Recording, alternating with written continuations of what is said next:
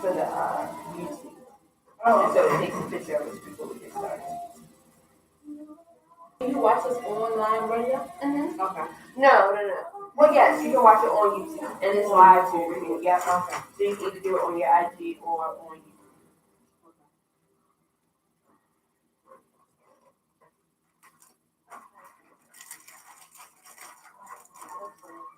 Okay.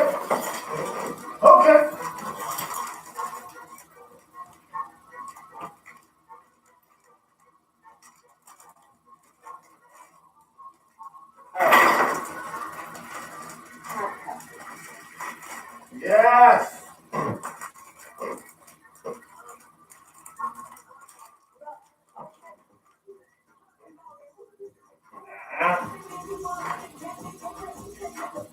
Game 6 today? No.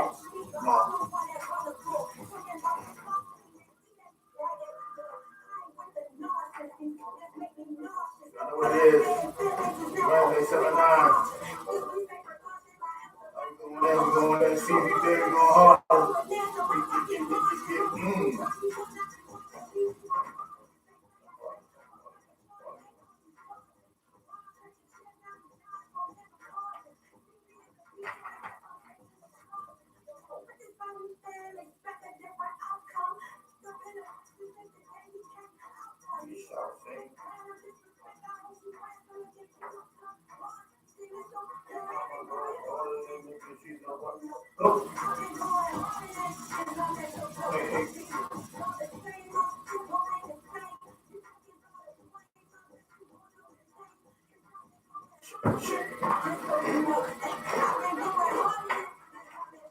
Huh?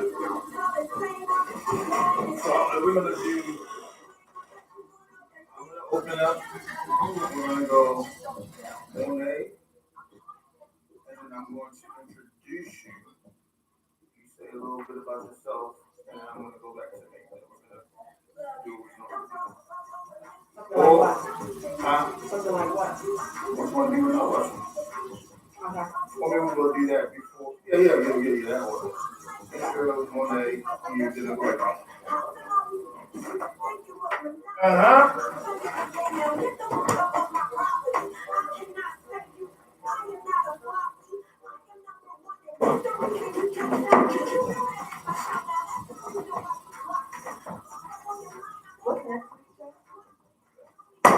About side pieces and sister wives.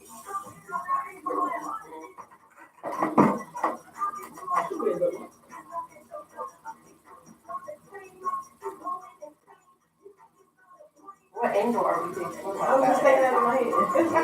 I mean, just like what? Just random. Show what perspective. I think you just be random. I'll talk about that one. We'll talk about it after. Oh, let me tell you guys real quick. What are you saying about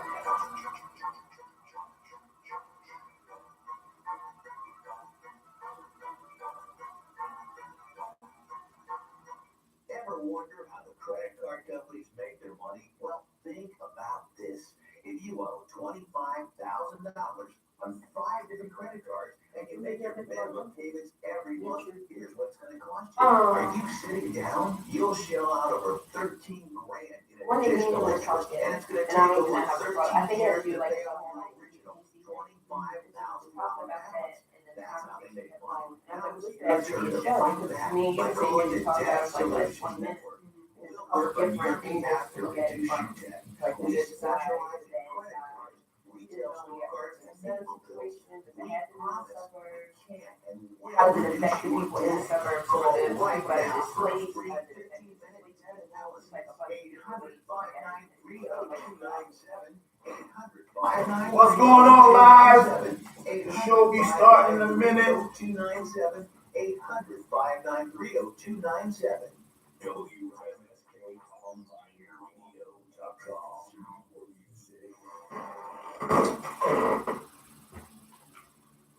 The views and opinions that are expressed on callers, and not necessarily those of this station. It's management, growth, or advertising. The show is founded on WMSKonlineradio.com can't promote any lifestyle, belief, religion, political affiliation, or personal practice. These shows are for entertainment only. Thanks for listening.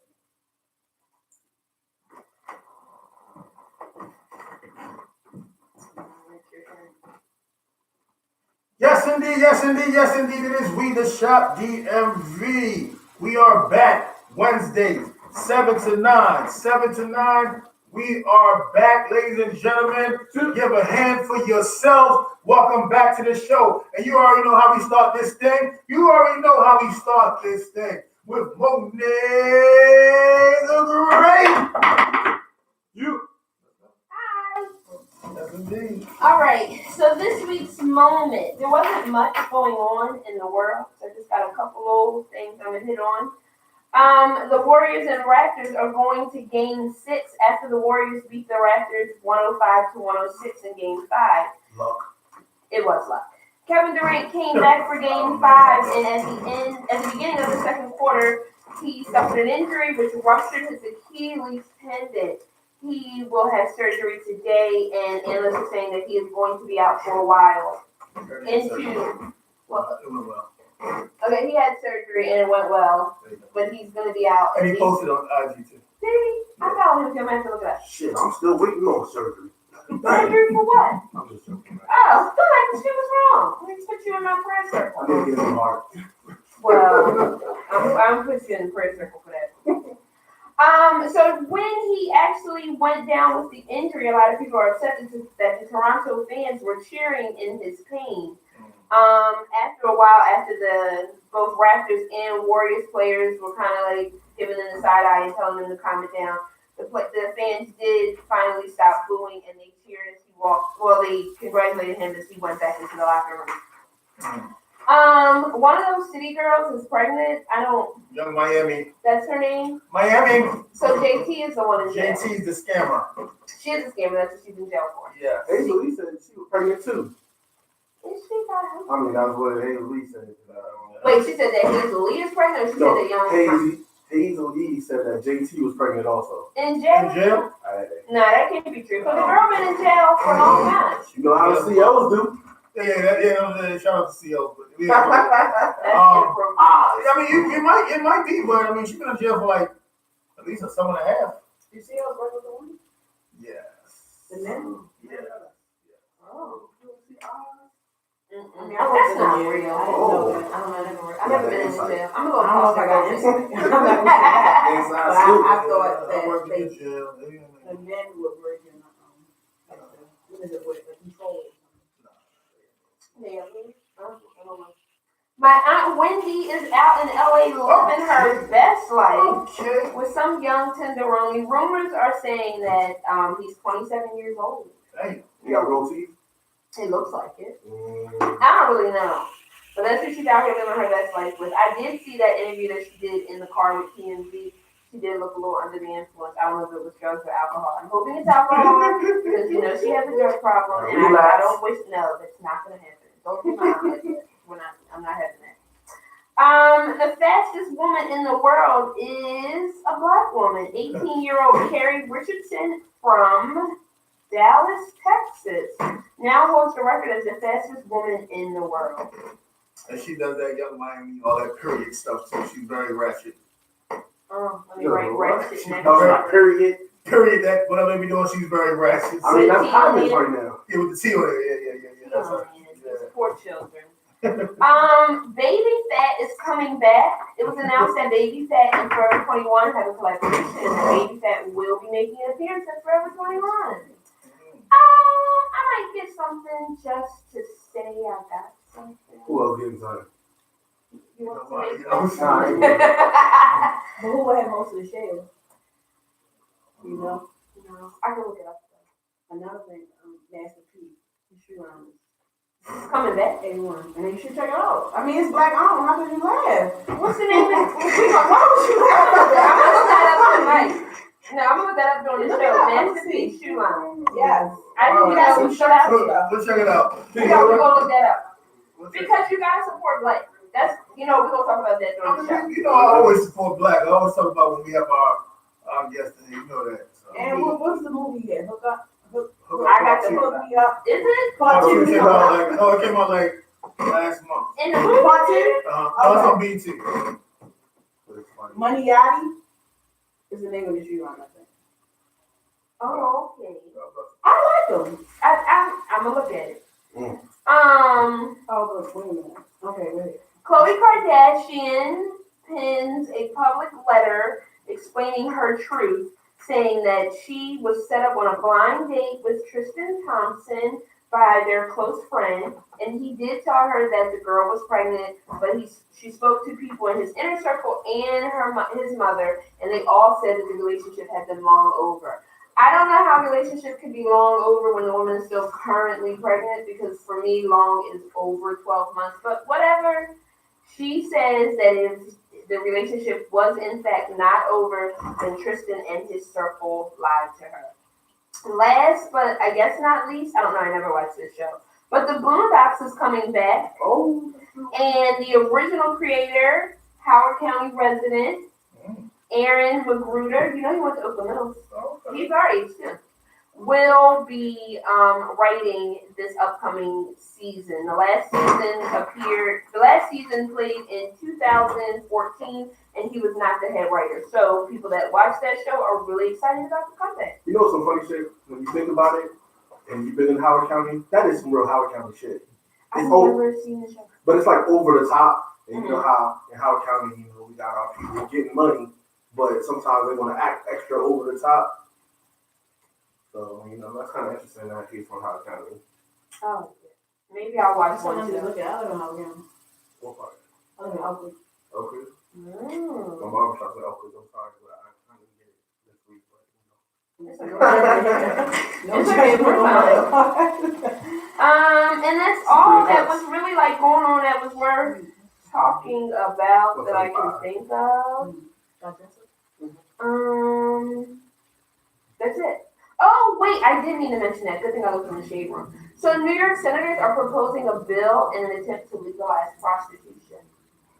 There were rallies in the street, and women were saying that sex work should be legal work. It's the oldest profession in the books.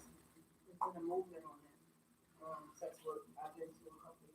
It wasn't just about sex work. It actually was about equality, and it talked about that and how we get included, because most families have somebody they know that does sex work, and they know that a lot of them have taken care of their other people's families, and they shouldn't be excluded. But it was right, they put it in like a racial context too, like, you know, LGBT, sex work, everything, and I had a problem with that. I don't think But it's not the same. it's not. I don't think it's the same either. And then, like, if you legalize prostitution, you then have to pay taxes on it, right? How you gonna tax? That ass. I mean, I don't know. I don't feel like you should have any concern about what I do or don't do with my body. I don't think it should be I don't understand why it's illegal, but I don't have a problem with it. If that's how you gotta make your money to take care of your kids, or whoever you're taking care of ain't got nothing to do with me. They gotta do something about the health, though. The health of who? I mean, I'm not sleeping with prostitutes. That's I'm not we live in either. their time. You wanna have AIDS, you wanna have AIDS. But what about the health? That's the interesting point. I mean, like, if you do it to them, there's STDs that condoms can't cover. You know what I'm saying? So how do you know that you're not doing it to her, she got whatever, and she just giving it to you, and then y'all just spreading it around everybody? But how's that What would be affect the the difference if you're doing it for free, or you have a girl? But it's I mean, this is like, if they're doing 8 hours of this, you know what I'm saying? I don't think this is 8 hours. That's a lot of Yeah, sex. that's what I'm taking that. Y'all remember Hooker's on the Point? I do not. The HBO or something? Yes, it was an HBO special. I didn't watch it. Oh my God. It was one of the most interesting things in the world. I watched the life of a London hog, a London I'm sorry, the life of a London car girl. Yes, on Showtime? No, I watched. Well, wait a minute. Wait a minute. It might have came on there, but I watched it on Hulu. Okay. It did. And it was really, really, really Oh, that's good. what She made a lot of money. Whatever. Yeah, she made like $300,000 or $400,000 a year. I started And then at watching the end, No tax. wait, you saw the whole series? So I didn't watch the last. I think the third season I didn't watch. Go You want me to ahead. tell you what happened at Yes. the end? Go to So at the end, she had finally like stopped being an escort, and she got with the guy that like was always in her corner. And he was gonna live this happy life. Your best friend? Yes, they were gonna live this life together. They were gonna buy a house. They were moving out of London, the whole thing. And then this dad contacted her, and he had a special needs son that was like paralyzed from like the shoulders down. And the dad said, I just want him to experience sex, just one time. I feel like And she was like, I'm not really in the business anymore, but I will do it. And so she set it up, and like she was really nice and sweet with him. Like the dad came and like laid it down on the bed and got him all set up. And unfortunately, the boyfriend walked in while they were having sex, and so she didn't get to explain to him what was going on. And then that's how it ended. Oh. I'm just trying to do something I nice. heard the third season was trash. Right, that's why I'm talking about the last episode. Okay. Yeah, it was a mess. But I mean, I don't think there's anything wrong with it. I think they should experience that. Yeah. I think they should. But she got paid pretty good money. I don't know if she was her ex. Yeah, she got paid really good money. I don't know. See, I don't know how to have sex without commitment, so I couldn't be a call girl. Shout out to Reese Takes Play. Yeah, no, I couldn't be an escort or anything like that. Like, I don't know how to give myself and not like be committed to some weird way. I just think about if I was ever like the president of the United States and it could like come back on. Not that I'm really gonna be the president, but that's when all of that stuff kind of come out. Yeah. What's your name again? I want to say I know you. That's like the only reason I feel like I wouldn't do it. I wouldn't want you to be able to hold that over my head. Definitely. Extortion is real. You know, I really did. It'd be like 25 years later. $25 for that? Wow. I might have tell off looking everything. It's your turn, sir. Oh. I do that. Yeah. And I know this is a big news, But I finally met the Squeegee Boys this week. So. you finally met them? Yeah. You know what? We're going to talk about them in this session, too. There was a whole bunch of Squeegee Boys. I know, it was just a click people just doing windows. I dodged them like y'all said, you know what I'm saying? But Because they will mess your car Yeah, they up. will. Well, I wouldn't really have the black people, but they will mess your car up. They never did. I thought you spoke black on business. Not that shit. Not that. That's fucked up. That's They off the chain. All right, y'all. As you can see, India is not here. Reese is not here. But we do have a special guest. And she is the doc. And the doc supports this show every week. So, Dr. Queen, go ahead and tell people about yourself. Move the mic towards them. Yeah, but just talk about it. Okay. So my name on Instagram is Dr. Queen DeVille, Dr. Queen _DeVille. I have a business called Healing, Learning, and Teaching. And I'm currently doing a project on femininity and womanhood. I'm trying to learn more about Black women's ideology on what femininity and womanhood is. And since Black women typically, a lot of the diseases we get, we kind of die from them at alarming rates. And I think a part of that is because we're carrying too many roles. So my next project is manhood, masculinity and manhood, and then I'm going to do a joint project. I don't call it research because it's not streamlined in that way. I call it a life enhancing project because I'm trying to better myself. Because I'm what you would call a strong, independent Black woman. Mm-hmm. And I think that is an issue, and it's causing a lot of riffraff in relationships between Black women. You could have used it last week.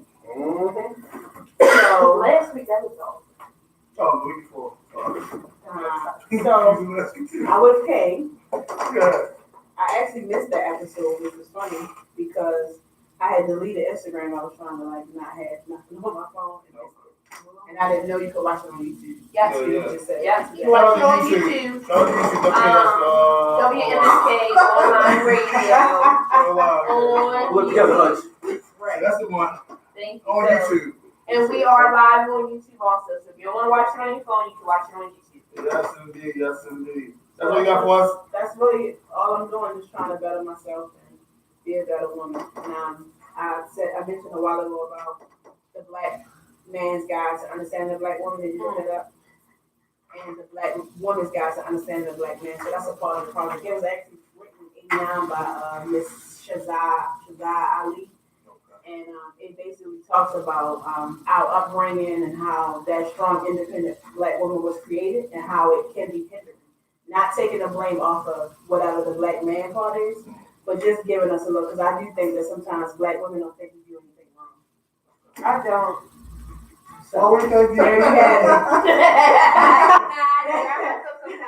But it ain't all Listen. fit. It ain't all See what I fit. mean? And that book it will probably really, really make you upset. Honestly.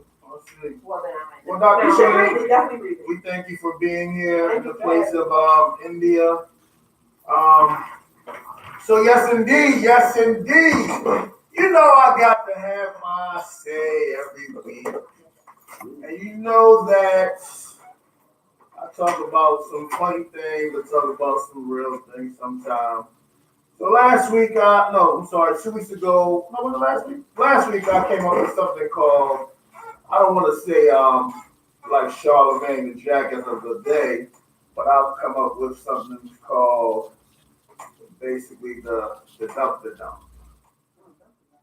So I want to give a shout out to those people in Toronto, those fans in Toronto. You will be the dump, the assholes, whatever you want to call it, of the week.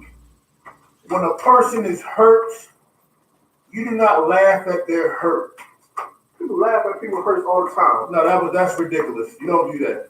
The man gave it all. He gave his all for one. He came to his team. He fell again and re-injured himself, and these people were laughing and cheering that shit on. They don't work that way. That's not cool. So they get the dump. They are assholes for this week. The whole Toronto, including Drake and what's the other boy from Toronto that was beefing with Drake? The other singer rapper. One Day Star. No. That's his real name. What the hell is Tory Lanez? Lanez. Yeah, what the hell are these things? Tory Lanez, all you folks. But moving Shout on. out to Tory. Yeah, shout out to Tory. Let me give you the 411 for my 411.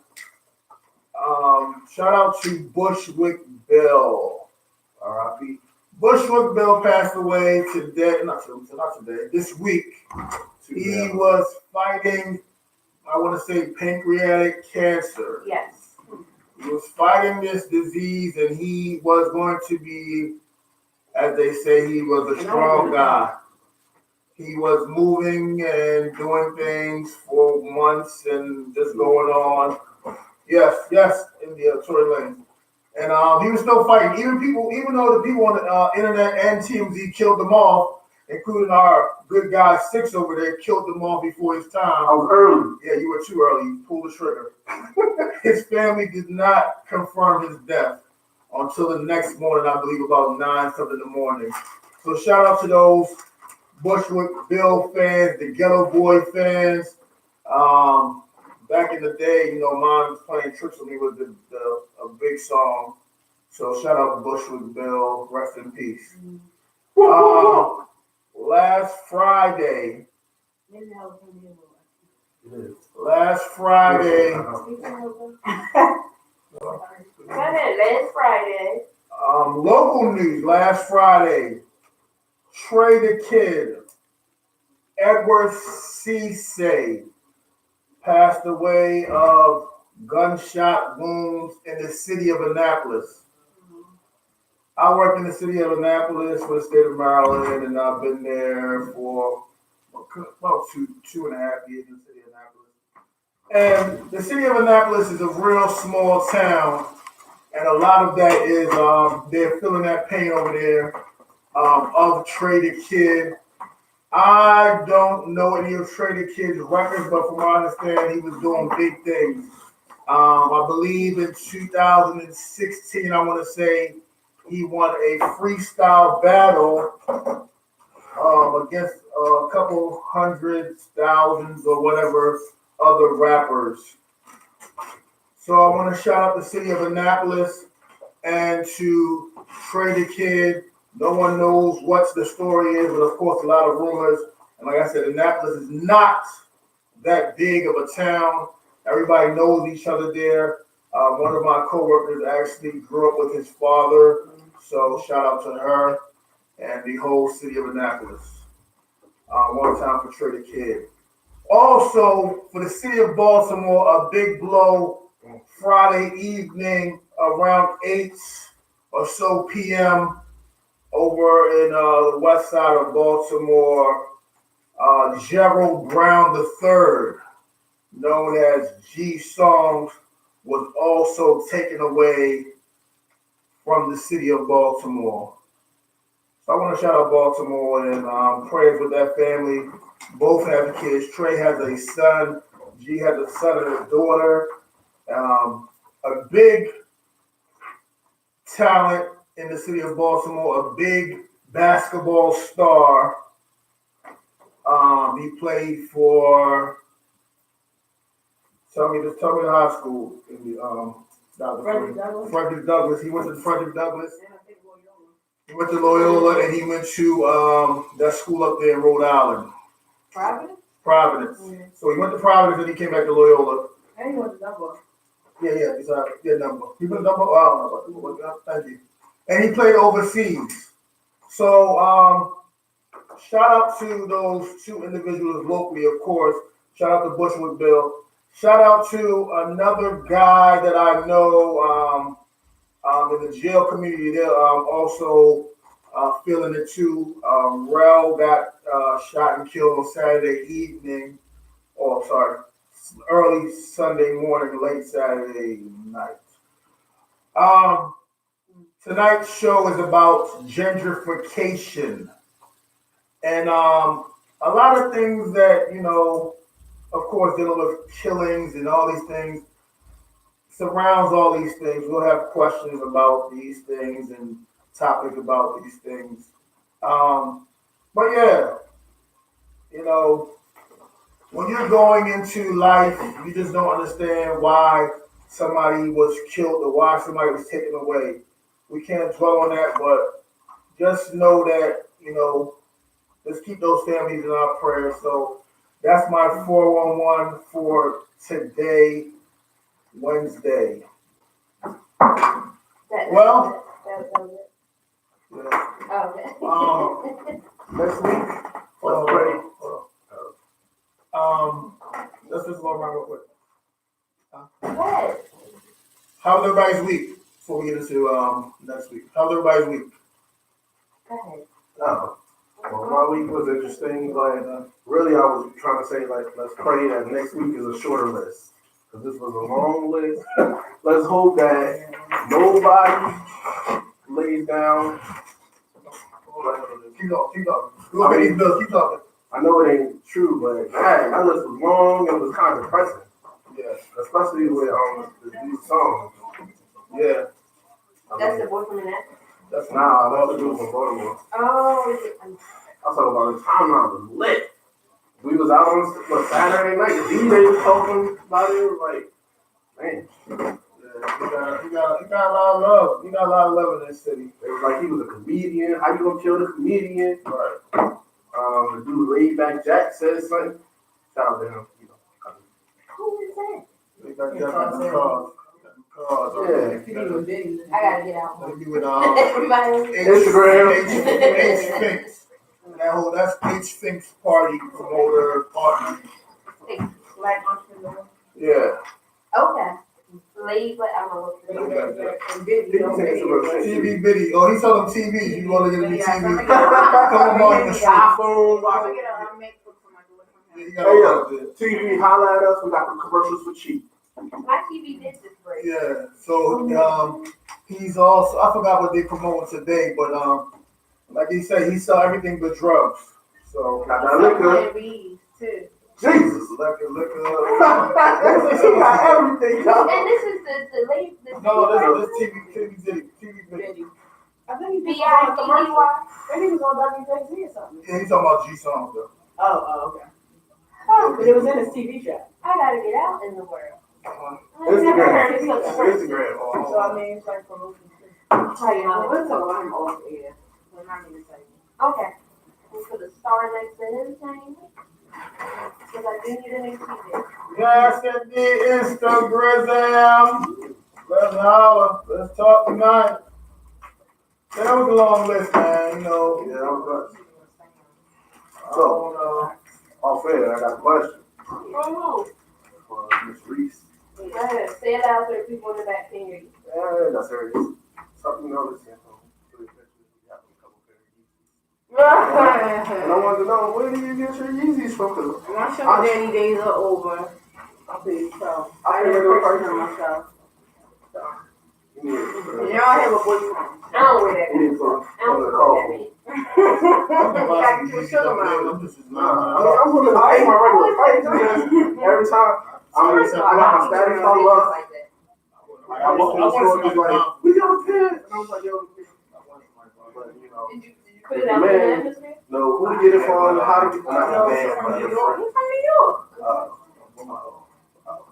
You house so many. You don't speak in here. It's hard to get it. I just told him I wanted Oh, I wouldn't buy it. good. Well, that's good Oh, time. yeah, them days over for me.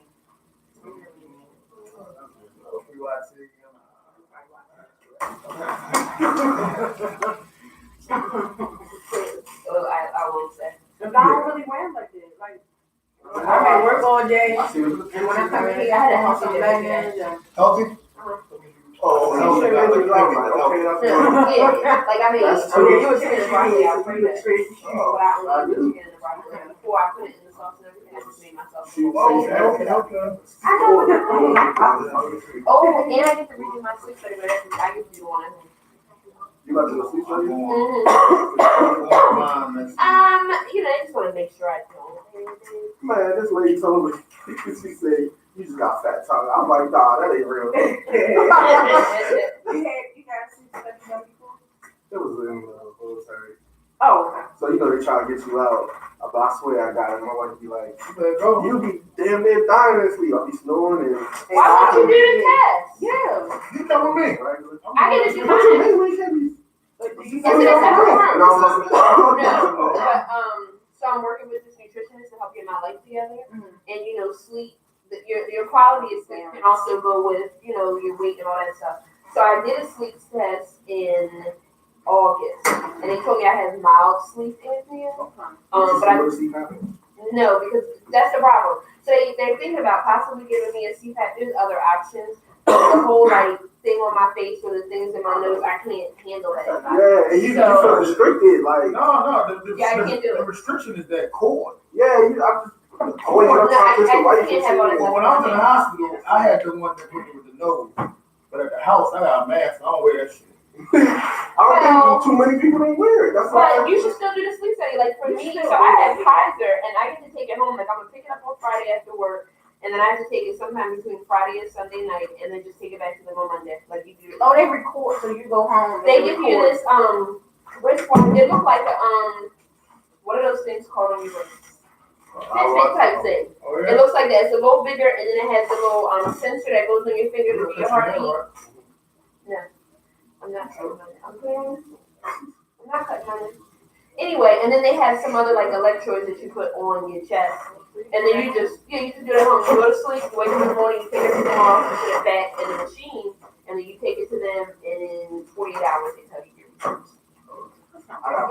That's better, because you're in the comfort of your own home. Right. So. But you don't know you're home though. You what? I wouldn't do it. If I was at home, I wouldn't do it. But you have to. Why not? Because the shit is I'd rather be at the doctor. Well, first of all, you can only have it for when I pick it up on. So I'm picking it up on Friday, but usually if you pick it up on Thursday at 5, if you don't have it back to them by Friday at noon, they charge you for that whole machine. So you would do. All right. We are back. All right, I'm ready. Let's go ahead, Monize. All right, so tonight's show is all about gentrification, the good, the bad, the ugly, and all the opinions in between.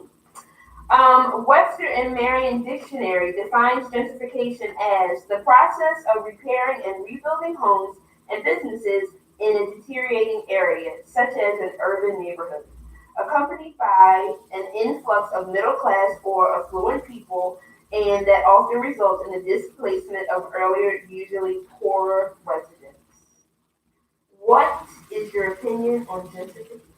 Do you see that as a good thing? Do you see that as a bad thing? Or Knock it down, build it back up. is that a good thing or a bad thing? It could be good, it could be bad, but I just feel like when you knock something down, you have nowhere to put the people that were there. That is a bad thing. They put them They in got county. Shit. Like They I put them said, out on rails and right. exactly. But you put these people out there with no bus services, no nothing. So like I said, it could be a good thing, it could be a bad thing. The good thing is they're trying to clean up the areas in some areas. The bad thing is, like I said, you misplacing people and you give them these vouchers to go wherever in the world they want to go. But I mean, sorry, wherever in the nation, United States, they want to go. But now I go to Howard County, and I have no bus to get back to Baltimore City to go to my job or take my kids to daycare or school. Now that's another issue. But I mean, DC have done it. New York City is doing it. But I tell you this much: Baltimore City, these people tough here. Well, everybody I know on Section 8 and got vouchers, they got cars and stuff, they live rich, so what's the problem? It's no cutting them back. We gotta understand. Let's be real with it. The average person that's in the hood that has to take a bus, not the people who was with a car. I'm talking about the person who has to take a bus. That's the people I'm concerned about. I don't give a goddamn about nobody with no car. And if you got a car and you doing all these big things, what you doing on Section 8 and everything anyway? Taking advantage of the system. Right. I'm talking about the people who really need that shit. So what y'all think? What's y'all opinions? I'm with it. You would what? Clean up the city or clean up the area. And I understand people are going to be displaced, but I mean, it's just the way the game goes. So you put them in the county, and guess what happens there? The same thing happens there. So then you got to keep moving it so they just It don't work that way, man. That whole cycle sounds stupid. So let me interject real quick because we're talking about Baltimore City. So an article from the Baltimore Sun, March 20, 2019, it says Baltimore is among 7 U.S. cities that accounted for nearly half of the country's gentrification between 2000 and 2013. So I read the whole article. The article basically states that gentrification in Baltimore is a little different from other areas because in most urban areas, when gentrification takes place, those that are displaced are predominantly African American or people of color. But in the city of Baltimore, in the beginning stages of the gentrification, there were more white people being displaced than those of color. When you think about the areas in and around the Inner Harbor, I don't know. That's what the article says. I didn't live there, but that's what it says. It just says that that's why Baltimore stands out. That although everyone's being displaced in the beginning, more white people in Baltimore City was being displaced over African Americans. So you mean to tell me that the people around the harbor was being displaced? Yeah, like that whole Harbor East and Canton and. But those are the same people who got money though. Well, they have money now, but they're saying like in 2000 when Baltimore started gentrification, that area wasn't always for the people with money. Like I do work with a girl who grew up in Federal Hill, and she didn't have money when she was a kid, and she said like when she's I don't know, I think she's like her late 20s, but she said when she was growing up there, it wasn't even necessarily called Federal Hill, it was up the hill and down the hill, and the people down the hill were poorer than the people up the hill. But now like the people that lived down the hill when she was a kid, they wouldn't even be able to afford to live in that area. That's what she told me. I'm sorry. I would like to know about the statistics of that. So let's just say they started gentrification, I call it gentry, in 2000. So even if it started, but that's only like 2% of the entire people who were displaced, then that really wouldn't be an accurate representation. The thing about numbers is you can make them look however you want. Typically, gentry is about buying low and selling high or bringing it up. And typically, to me, I think that's like police. Like for me in Baltimore City, I believe a lot of the murders are done by Baltimore City police because what happens is once the gentry actually take place, the crime rate go down, but the schools don't necessarily improve. So how is it that all of a sudden crime just disappears? I don't believe that's just because police cars go around because most of the crime happened right around the police station. You know, like Mount Street is a police station there. And then when we talk about, it's two different things to me. What I hear is revitalization would be making the community better. You make it look better. You know, you put stuff in. That's basically for the people who already was living in there. They might be low income, but they making the neighborhood look better. Gentry is specifically people with money, a certain stature, who come in and take over the property. And even if you live there, you low income, let's say you bought the house, you can't afford the property tax because now they're higher because the income is higher. So I guess when I look at Gentry, it's really taking black people out, putting them somewhere else, and not necessarily putting them somewhere. They are displaced. Some of them don't have anywhere to go. They're homeless. They're staying in a homeless shelter. So it just sounds like it's two different things when you think about it. And even when we talk about hood rich, a lot of the people don't necessarily get vouchers. And if you ask me, I think all black people should get a voucher. We work for it. If you ask me, I shouldn't have to pay nothing for it. But it also is biases because the information around gentrification is always tainted because we don't control the numbers. We don't control that research. So I can make it look how I want to make it look. That's true. I agree with that. Do I think gentrification is a good thing or bad thing? So, being from the suburbs, basically my whole life, like the area that I was born in, it's the suburbs, but it's still like a little small city. So they're going through their own like gentrification process. But my mother joined the military when I was 5. So I either lived on base or I lived in Howard County. So I don't necessarily have firsthand experience of like the actual revitalization or the gentrification of an area. So from the outside looking in, if you keep your blinders on, it looks like a good thing. Like they're coming into the community, they're building it up, they're getting rid of the abandoned buildings that are there, they're revitalizing that area. But it only looks good if you keep your blinders on because once you take them off and you realize that yes, people came in and bought those abandoned buildings, but now that they're there and their friends came along, now Miss Wilma, who's lived in that house since 1957, when her property tax was $1,000, now it's $30,000, and how's she going to afford $30,000? And then if she dies, her kids can't afford to keep up with that. Or you've now made the neighborhood better. There's a Whole Foods, but shit, they could only afford like the food they were getting from the coffee store on the corner. So I feel like in order for gentrification to be a good thing, there needs to be constant communication between the current residents and the developers that plan on developing the community. Because if you're just looking at it from the middle class standpoint of we're going to go in here and save all these brown people and make their neighborhood better because that's where we want to live, you end up with a disproportionate amount of people that can afford where they grew up in because you're trying to make the neighborhood better when in turn you're not making the neighborhood better. And oddly enough, it actually pushes middle class and low income out of the neighborhood because it's really for higher, I guess, economic people. So it really does push them out too. What about when you're a homeowner and your property value is low? When they come in and buy a neighborhood, it makes it better. Mm-hmm. But can you afford the property tax? Can you afford? That's how. Think about that when you move to.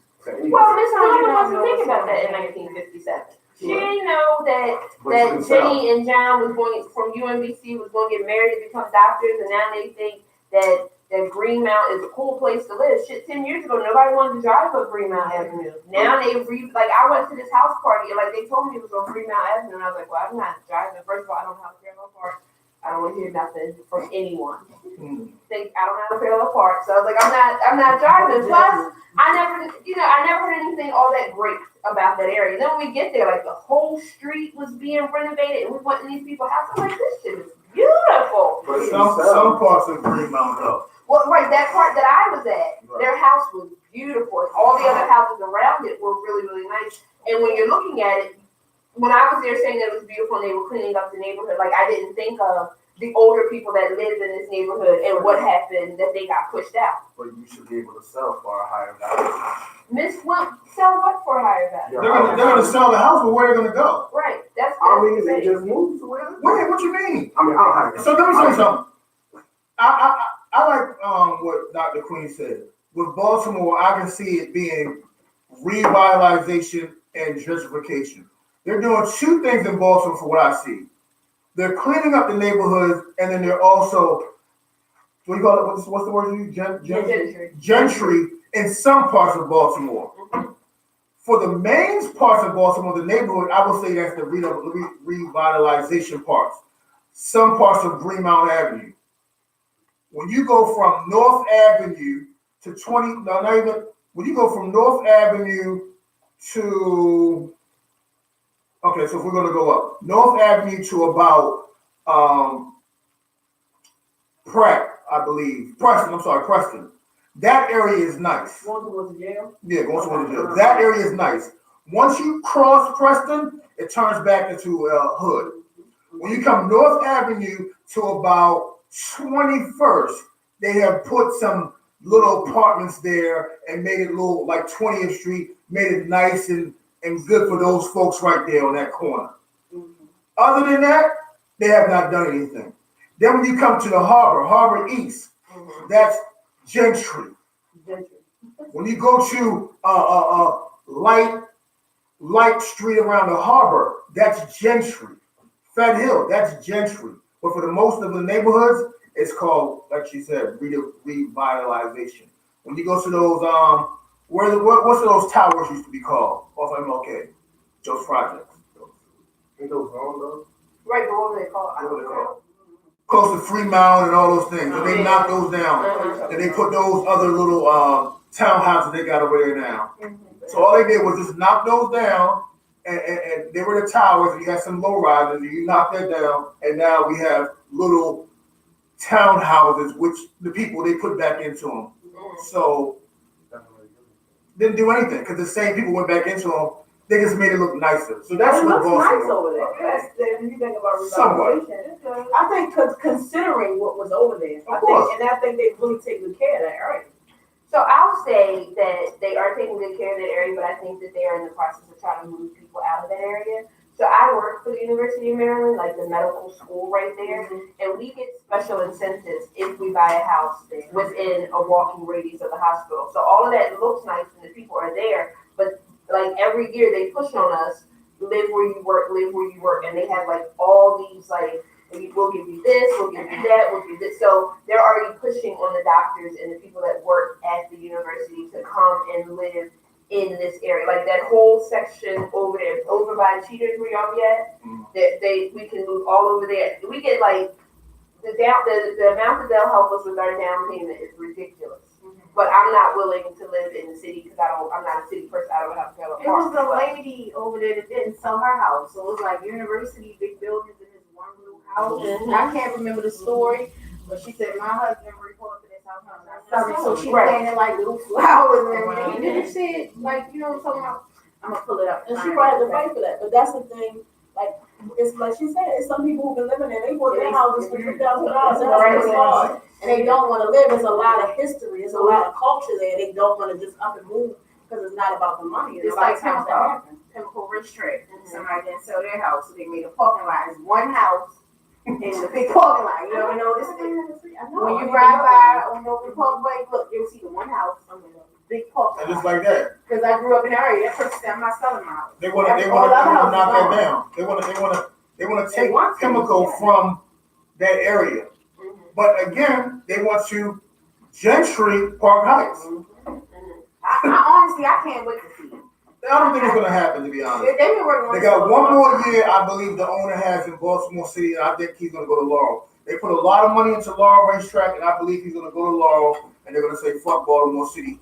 They have not put no money into it as far as that race course goes. They have not put... the sinkhole 2 days before the race. Also, the bathrooms, every person that went there, the bathrooms are a mess. They put no money into that. They gave them money, they put no money into it. He took all that money and went out Laurel. Well, I'm not going to say him per se, but his daughter.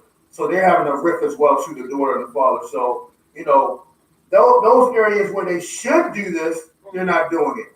Just like when you said that one house. There's one house on North Avenue below a little bit of Hilton Parkway. They put all these little apartments on east side, and there's one house there. One freaking house. Nobody wants to. You can't even really see it because you see a building. Right. And it's one on that corner. It's right there. So people, if you, I mean, you can sell your house like on what's the movie? The Barber Shop, when they were selling. Oh yeah, we're gonna sell. We're gonna buy all. We're gonna sell our stuff. But what did Ice Cube do? He never wanted to sell. Well, he wanted to at first, but then he was like, "No, I'm not gonna sell this." And what happened? They took the deal and went somewhere else. Right. But then even when you sell, you're not necessarily going to get What it's worth. You're not gonna get what it's like. You're gonna get what they want to give you, and it's gonna sound like it's gonna sound like it's a good deal to you. But then when you buy the house and realize that you can't move nowhere else, then what you gonna do? Because you need $350 to get a townhouse in Howard County. So, so y'all know over the Coppin, it's a whole bunch of construction going on around there. So I know somebody who had a house over there, and they're really upset that Coppin only offered them like $10,000. So his family was going back and forth, but they ended up taking it. So he they did eminent domain because they did eminent domain. I'm not sure, but he was upset with Coppin because they offered us $10,000, but y'all took it. You ain't have to take it. So it was like a big, but what I like about Coppin is because you don't know your rights. Yeah, you don't know what you can do or your fight. So you like I can get scared. Like, but you hear the money and like, take it. You know, take it. So eminent domain is defined as the right of a government or its agent to expropriate. Basically expropriate or take private property for public use with payment of Coppin received all this money because all the schools like university, all the white schools. Yeah, because Coppin's part of the university now. Right, they was getting money. Coppin wasn't. I didn't know that. Yeah, it's part of our system now. So Coppin wasn't getting the money because it's the African American school. So now they're getting all this money, so they're, as you can see, they're building like the whole area. So they using their money and they investing it. And they buying them abandoned houses in the area. They are. And they trying to get it together. Well, that's gonna be the next neighborhood I feel sorry for. Just like East Baltimore. John Hopkins is taking over the whole East Baltimore. And if you come around there and mess around in that part of that area, that would be your ass. They got police that's just like they're trying to get their own police system. Right. Wow. Over there. I rode over there. It's really nice. Like, right across behind that hotel, it's like a little community. I'm like, where the hell am I? I ended up there. Everything is over there. It's really nice in that one little area. That's it, that one little area. But when you cross over, it's the the same thing like Coppin. Yeah, because my son, he was on the Brazilian thing, and we was right on Dukeland Street. And we would drive past Coppin, like, oh, this is cute. And then you make that turn like Monroe Street. Let's go. Let's go. But everything around Coppin, besides that Coppin area, is going to be his hood. So I believe what's going to happen in that area, again, they're going to take over, and that's going to be that. But we're going to be right back, y'all. We're going to pay some bills. Gentry is just that's good. That's I what think they Coppin is be revitalization. Because they're going to keep everyone Americans and people around there. I think the Hopkins, that's gentle. But you know what, with the Hopkins thing, they messed up our community so much with all the studies and all that. I think they should have fixed up something, but not take us all out. You know what I'm saying? And like they do them offers and stuff for them. But that's what Gentry is. Gentry is taking it. It's like what they do is they make it seem like, let's say for instance right now, I'm sorry you hear a lot of killing. Let's just say for instance, no bad news. Let's say West Baltimore, right? You get all these crimes, you kill all these people dying and all this.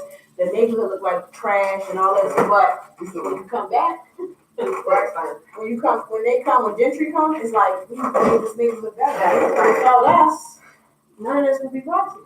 So like this real nice area, Drew Hill, and $500,000 houses they did. As is.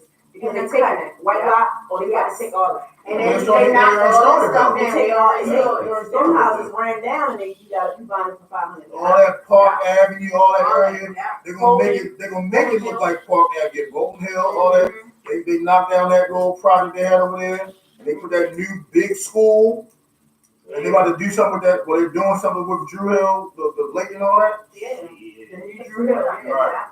So in 2000, when gentrification began, and when it began being researched, neighborhoods were considered eligible for gentrification if in 2000 they were in the lower 40% of home values and family incomes in the area. The census tracts in Baltimore, New York, LA, Washington D.C., Philadelphia, San Diego, and Chicago accounted for nearly half of the country's gentrification from the year 2000 to 2013.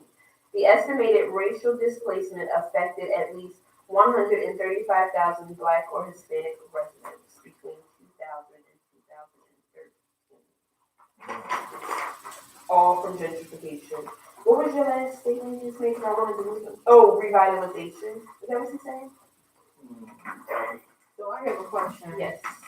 So if you, let's pick an area, Greenhouse. So them houses are pretty nice. They what, 400, 500 something, or whatever. So if you had the opportunity to move in an area that was gentrified, would you move in that area? Nope. Why not? What if you had like a on offer, like no money down, $1,000? Yeah, you talking about that? Then yeah. So I mean, you got a really I just feel like I don't know. So you have a problem with both sides of it, the gentrification and the other thing that you said? Revitalization. Yeah.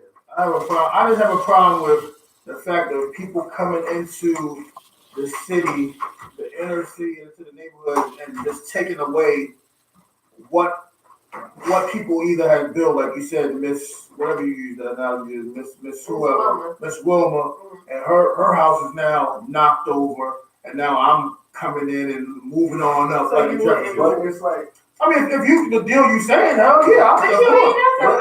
it's like flipping houses. So gentrified area. I think that flipping houses is really what You gotta take off here. You talking Would you move in an area that you know is gentrified? You got a good deal. No clothing cards, A long time ago, you know. I had the opportunity to do that. I don't know if that's what y'all gonna call it, but when I was What area? the place by University? yeah, Okay. when they first started doing townhouses, and I was thinking about it because I was like, oh, this might be the other. Because then I thought about it and I was like, nah, I'm kind of. Because of I'm with the lady for coming it. in. Nah, I'm with the lady. Yeah. No. With what? I'm with the lady, whatever. So I don't personally deal with white people. That's like a big thing for me. Even though I live in Howard County, but the area the street that I live on is predominantly black. Okay. It's white folk back there.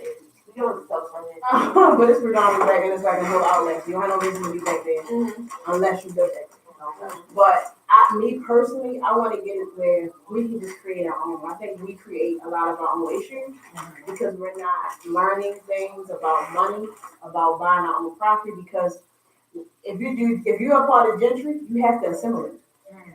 Because everything is going to be whitewashed. Right. You know what I mean? Like you're going to have to. The schools you go to, you're going to be predominantly white. The areas you go to is going to be a bunch of white folks.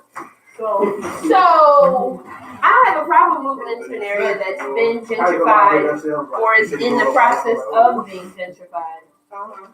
I don't have a problem with it. I mean, I don't think that. So my issue with gentrification is not the actual process of gentrification. It is the way in which people are displaced. If the residents were not displaced in such a I don't give a fuck about you mentality, then I feel like gentrification would be an awesome thing. Because you are bringing money and resources to a community that at one point was less underserved. I mean, when you drive down the street, it was trash everywhere. It was 4 abandoned houses, and then someone lived in it, and 4 more abandoned houses. So I don't necessarily have a problem with you revitalizing the area and bringing it back to what it once was. Right. I just feel like there needs to. I don't even know if it's possible, but I wish there was like a harmonious way to either let the residents that are there stay there, the ones that are living in between the 7 abandoned houses, or if there was a way to displace them, but not in a bad way, if that makes sense. Right. So then it wouldn't be gentry. Well, no, then it would just be revitalization. Right. That's what I'm saying. Because if you see those places, those abandoned buildings, then you could go in and fix it without the gentry. You could just go in and rebuild those houses. Right. Just like Hogan. Where I used to live on Trujillo Avenue. He came and did this whole big project. All right, the live is going to end. I'm going to start it again. Okay. And not the buildings there. Now you just got big lots. If you go down that Pennsylvania Avenue, they got big empty lot because he did this big old hoorah, knocked the houses down, and did absolutely nothing with it. But when Gentry come, they don't play around. They get it done. They knock buildings down. They building stuff up. They got plans. And the thing about us, we don't know. Them plans be like 25 years. They be a lot to make these cameras in the city. They do a lot of planning. When this happens, say in the county, is it still gentrification or is it just revitalization? If the people can still stay there. If the people in those areas can still stay there. Gentry is specifically for displacing low-income, poor, quote-unquote people. If you were a company, would you feel the same way? If I was a company? Yeah, if you If I was a put your company, I money, would always call it revitalization. I mean, Because gentrification has such a negative connotation. but I mean, Because it's what it is, the definition. Look at the definition of it. if you purchase a house, I would prefer to have people moving in paying the top dollar. If But they don't I have could. to Whoever necessarily can be white afford to folks. pay it. Yeah, they don't have to be white folks. I don't care where the money coming from. As long as that money coming, I don't care. As long as they don't So dog my you saying shit. that you don't care that somebody else was put out for somebody who's paying top dollar? Yes. But not if you're a business. But I mean, and that depends on what. Or if you're a business, that's something different. That's what we They talking about. they heartless anyway. They don't care. Yeah. But it depends on what kind of business you are. So if you going in with that, because for real, if you, let's say you're a black man, right? You go into the city, you got this money, you can set things up in a way where you can get your community up and running. You can do more jobs. If you're a broke business, like you're talking, you can do houses, you can fix it, you can get stuff there so that community can thrive. If you're looking at it just from a place of money, of course you want to take whatever But coming can in and you make money. I think you can. Like, I don't know if y'all watch the show The Shy. But that's Love the shop. That's what made me say this for having What the is show that The about? Shy. It's a good show. What you think is the same shop? This one was the white lady walking around? Yeah, that's why I got the games so she come and knock people out. Right. But that's exactly what I'm talking about. So that's what gentry is. That's gentry. You go in, you raise the crime rate, right? Like you gonna make it look like it's these niggas and they're doing all this stuff. And whole time is the company. That's gentry. I think that's the same thing Baltimore Police City do. They go in, all this crime stuff, I really think it's the Baltimore Police. You can't tell me I'll no. tell you something though. Baltimore City, it can't be gentry. It cannot be gentry. It cannot, because the people of Baltimore are so strong-willed and strong-minded. They ain't going nowhere. Like a lot of them ain't going for a lot of this shit. So then how the project That's what's In some neighborhoods, but for the most part, I don't see it. It's not like, oh, I'm gonna go in. Okay, like I'm gonna tell you something. Brooklyn, New York City. If you go to Brooklyn right now, It's different. way different. It ain't no Brooklyn that I used to go to where I was born at. Brooklyn got coffee shops and it got people jogging like DC, jogging through DC. You will never see that on H&A back in the day. White people are jogging on North and Linden. Yeah. Right. Yeah, That's what you're talking about. they're jogging, but they're jogging. They're jogging with them They're there. jogging on the But it's still black people on there. Right. That's what I'm saying. Pop up. That's when They you know taking it. it's They taking it. So here's the But what I'm saying thing. is they're jogging, and they're jogging with the black folks there. You can't say that word, but the black folks there. But that's And the in start. DC, ain't no But black listen, folks don't have so that. here's the thing. So gentrification, like I said, Baltimore was in the top 7 of gentrified areas. The difference between Baltimore gentrification and DC gentrification is where it was concentrated in the beginning. So the harbors and the Harbor East and the John Hopkins and all that stuff, that's where it's concentrated. Now it is moving further out. So you can say in DC and in Brooklyn and stuff like that, things is moving and changing. It took longer for Baltimore to be able to start the gentrification process because of the reputation that the city had and the crime rate that the city had. And so things had to be moved in place for certain areas to get better. So now that they've been able to take the harbor and Harbor East and Canton and Fells Point and all that stuff, now they're moving further out into the city. So that's why it's slower in Baltimore, because there was a longer period of time in which developers were not willing to go into certain neighborhoods in Baltimore City, and now they are moving into the neighborhoods. And in the city, they're giving them opportunities. They're giving them money and incentives. Because if you go on, I forgot the name. You know how you see the little signs on abandoned houses? Mm-hmm. So it's a website. They got all abandoned houses on there, and they got them for $5,000, $4,000, $3,000. But then they have it for developers where you know.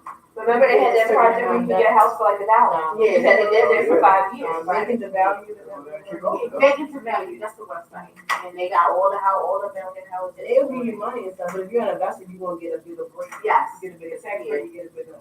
It's all on the site. But what happened, I know at one point, and don't quote me, but they had that big dollar, you know, you buy the house for $1. A lot of people from out of state came with some houses, and then they didn't fix it, but they kept the money. Cause you're supposed to, do it within a certain amount of time, right? And they got like a deal to get it fixed. Yeah, a year or two to get it fixed, but then you were still supposed to live there for 5 years. Yeah, gentry is something. But I think, and you can say the same thing for where Hawkins is. Wasn't that predominantly black up there? Before they changed? So when you think about East, and East Side got a heavy thick culture. So when you talking about it, it ain't gonna happen, it already happened. I remember, I think that they're, okay, so I'm not gonna say it's not gonna happen, but I think that they're concentrating on certain areas. Like that area. they are. Once that circle, once you leave from over that circle, and you either go right or left, most likely left, where the project's at, where ain't nothing happening over there. But they only take what they want though. So it gotta be a part for business. So they take what they want, like you said, university, close to walk in, it's, you know, cause a lot of the doctors and stuff living far out. They want Baltimore City back. They want to be able to go here and walk to work and, you know, walk their dog and take their kids and ride their bike. They got the bike lanes and all that. So they're going to take the areas that are predominantly black. Like, if you think about Linden Avenue and North Avenue where, Total Healthcare is, that is prime real estate right there. Because you can walk to the subway, you can catch the bus, you can walk downtown. 83 is right there. 83 Hey, let's right go there. watch You can the go to Ravens the game. Let's go see It's Orioles. prime. And that's, if you think of the areas that they've taken, it's black folk. I remember a couple years But ago, they don't own them. we was at, I think it was at 5 or 6, we was at some church group event that I was at, and I remember this girl, Ashley, we was all sitting there, and she was like, y'all, we all need to go move over by Hopkins. And we was like, no, like we ain't trying to die, we ain't going out there. She's And saying it. And she was like, no, like they are about to build it up, the houses are going for cheap, and this seminar we can go to, they're gonna tell us all about it. And we was all sitting there like, no, I'm not moving out there. Like you're crazy. Like that's not a good area in town. Did she? She ended up moving out there with some friends, and I think ultimately she ended up buying something. But like she moved out there in the beginning like with roommates, and then she ended up buying something. And the rest of us was just like, oh, I mean, I guess. I mean, I'm sure it was because she was in there like on the ground level. But you know, again, I don't want to hear nothing. But my number one problem with living in the city is that I don't have a car, and I don't want to learn. I don't. It's not like that's an easy way out. That is. I feel like that's just like the perfect. It's almost like it's a little whitewash. Like Well, then I I'm not can't gonna park. I can't, so I can't live there.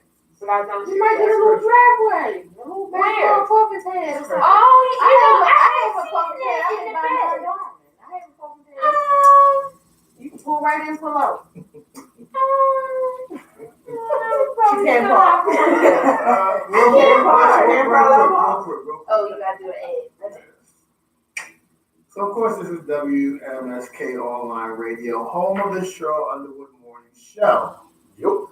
But Focus Movers is a part of this situation as well.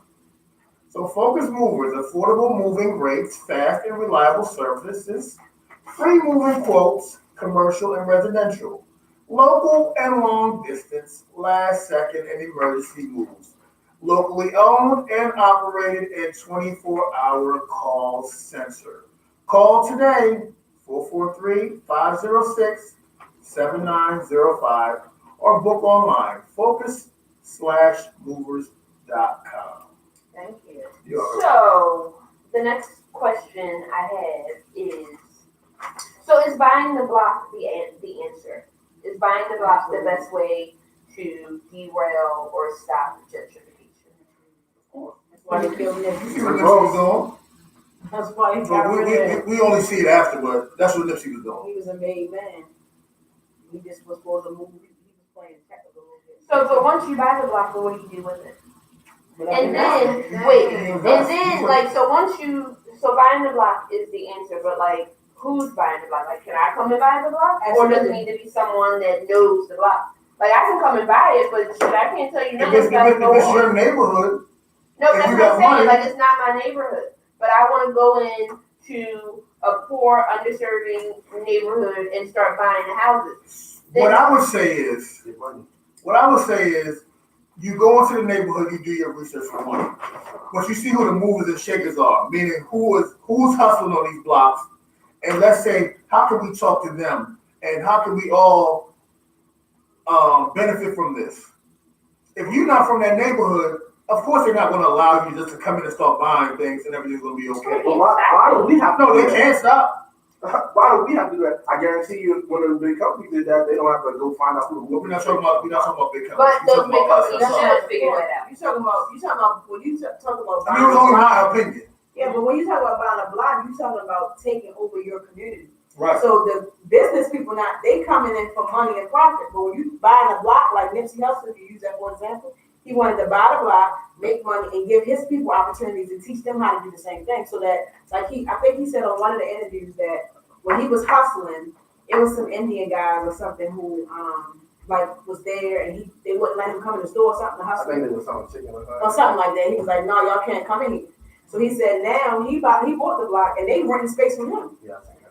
You know, so that's the whole purpose of buying a block is taking control of your community because when the businesses come, they don't give a shit. They Or don't. you just buying the businesses or you buying the houses? What if it's not really your community? You can buy both. That was my question. But I Yeah. feel like that's what, so if we look at it from a black folk perspective, if you separating yourself, then you're not looking at it as a problem that is for black folk. You're looking at it from a privilege perspective where this is my community because I live in the suburbs, so I don't really know. But if you're coming in it from like I live in Howard County, but I lived in Baltimore City, and right now I'm in Howard County, which is really whitewashed. I'm just saying my little area, my little nook is good, but I can go into the city and get information. And a lot of the drug dealers don't even live in the neighborhoods. They don't even live there. They just come there to do their business and they go somewhere else. But if they own the block, they're going to be thinking a little differently about what they're doing and how they move. But if you're not looking at it as I'm black, even if you might have had privilege, you might have had money, you might have had some things, you are still black at the end of the day, even if you might have had different opportunities. And you have to look at it from that perspective and give people that information so that you can make them better so they can have opportunities. We need to have our own schools, own hospitals, own lawyers, all of those things. You have to. And if we don't, and we keep separating ourselves, we're going to be up shit's creek. Like we are. So let's talk about this in board in the hood. So if you say you get a block, right? But the ARV, that's the active repair value. Okay. Over here it's 500,000. I'm not selling my house for 235,000 just because I fixed it up and want certain people to live in it.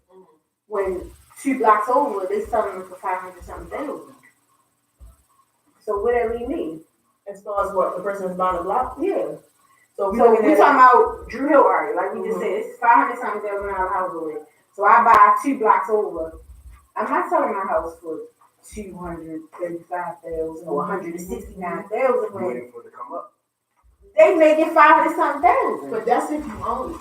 So when you Oh yeah, buy a that's if block, I buy it. no, but I'm saying when you buy a block, a lot of times the people in those neighborhoods don't own it. You're not buying it for that value. You're buying it for the people that's actually renting. So if I buy the block, I'm buying the house and letting the people that live there stay there. Oh, see, I'm thinking we talking about revitalizing the whole thing. We just buying the block. If you revitalize, so revitalizing it is giving the community the money to make it better. Okay. You know what I mean? Like Like they, saying we yeah, they fix like it up, they fixing give them their house or upgrades. You whatever. know how they was doing those little it was like garden lots. They was like doing the murals and that type of stuff. Okay. They're not really necessarily buying a block. But if you think about what Nipsey did, he was buying a block, making it better, and putting it in a place where we can make money off of it. And then I'm gonna teach my hood members how to do the same thing, so they can buy another block, and I teach them. Then okay, once they get cool, they might be not gang banging anymore. We get somebody else. That's how you build the community. Then he had jobs. He was doing the marijuana. He had the marathon. So now I'm creating opportunities for my people so they can work, and then we can help maybe do some credit stuff. So yeah, you don't have to sell it for $250. Now you can go buy some other property. You get another block. That's how you build it. That's how you do it, and it has to be the mentality. But I don't know if people ready for that, and that's a process. Just like when you talk about gentry, that's a planning process for like 25 years. That don't happen like overnight. It be small little stuff that happen. And it be like, you think it's quick, but it's a long way. And They've been working on this for years. for years. Yes. So, I don't know how do I say. Like I don't feel like personally attacked, but then at the same time, like I personally wouldn't go back and buy the block. Like I just wouldn't, and not because like I feel like I'm better than the people that's there or whatever. It's just I don't even know what I would do with it once I bought it. Well, say you were already educated on what to do. If I was educated, I don't know. Because so for me, and I guess this is like me separating myself. Like I feel like when people are like, oh, we gotta go back and buy like back the block, or like even like Missy did, like went and bought back his neighborhood. Like that's where he's from, and he saw like how things went down and what needs to happen for the community to come back up. I don't know what happened. I don't have a personal experience of why this street, this strip, this area right here is the way that it is. So for me to come in. Do it. For me to, so in my, where I am right now, for me to come in and do something like that, my whole thought is clear all this shit out, rebuild it, and let's start again. And I know that's not necessarily the answer. And I know like sometimes they say, well, oh, you need more community centers and things for the kids to do, but is that also the answer? I don't personally know. And not maybe you because, need to buy your block. So like maybe where you are, let's say if you live in the suburbs, and you might could bring your people. Like people who, whether they white or whoever, that you might have went to school with, and bring them in that area, and they can buy a house, let's say for $600,000. but then isn't that gentrification? No, not if you bring in your people who you know who can definitely benefit, and you can still make money. Because your neighborhood might not be low income. Your people, you know what I mean. Your people might. So if not, I were to buy a block and bring my people that I went to high school with, they now middle class and like upper middle But class. I'm saying so where like you live, like if you where you live currently, let's say that would be your block, and you bought that block up. And brought those. I'm just saying that would be your block if you want to base it off the example you give me. That would be your block, and then you right. Make it and black, that's my and thing. Like I can see like where I am. I know what I can do in Columbia to change things, or what I can do in Jessup to change things. But like I personally wouldn't like go to the city. Like I know that this area in the city, like I drove past this area and I see that it's whatever, so I want to buy it. But like I also don't want to feel like because I don't want to go back into the city and help the people in the city that I don't understand. Well, I don't understand their plight because I didn't grow up that way. But I don't want you to think that I don't want anyone to feel like because I don't understand the plight of someone here that I feel like I'm better than them. Because just like I don't understand the plight of the people that live in Drew Hill, they don't understand the plight of me in Jessup, Maryland. Like you might think that I'm out there living it up, having a good old time because I'm in the county and it's this and that, or whatever. But it's not, and I'm not. It's definitely not as hard. I'm sure it's not as hard, but it's not as easy. It's different.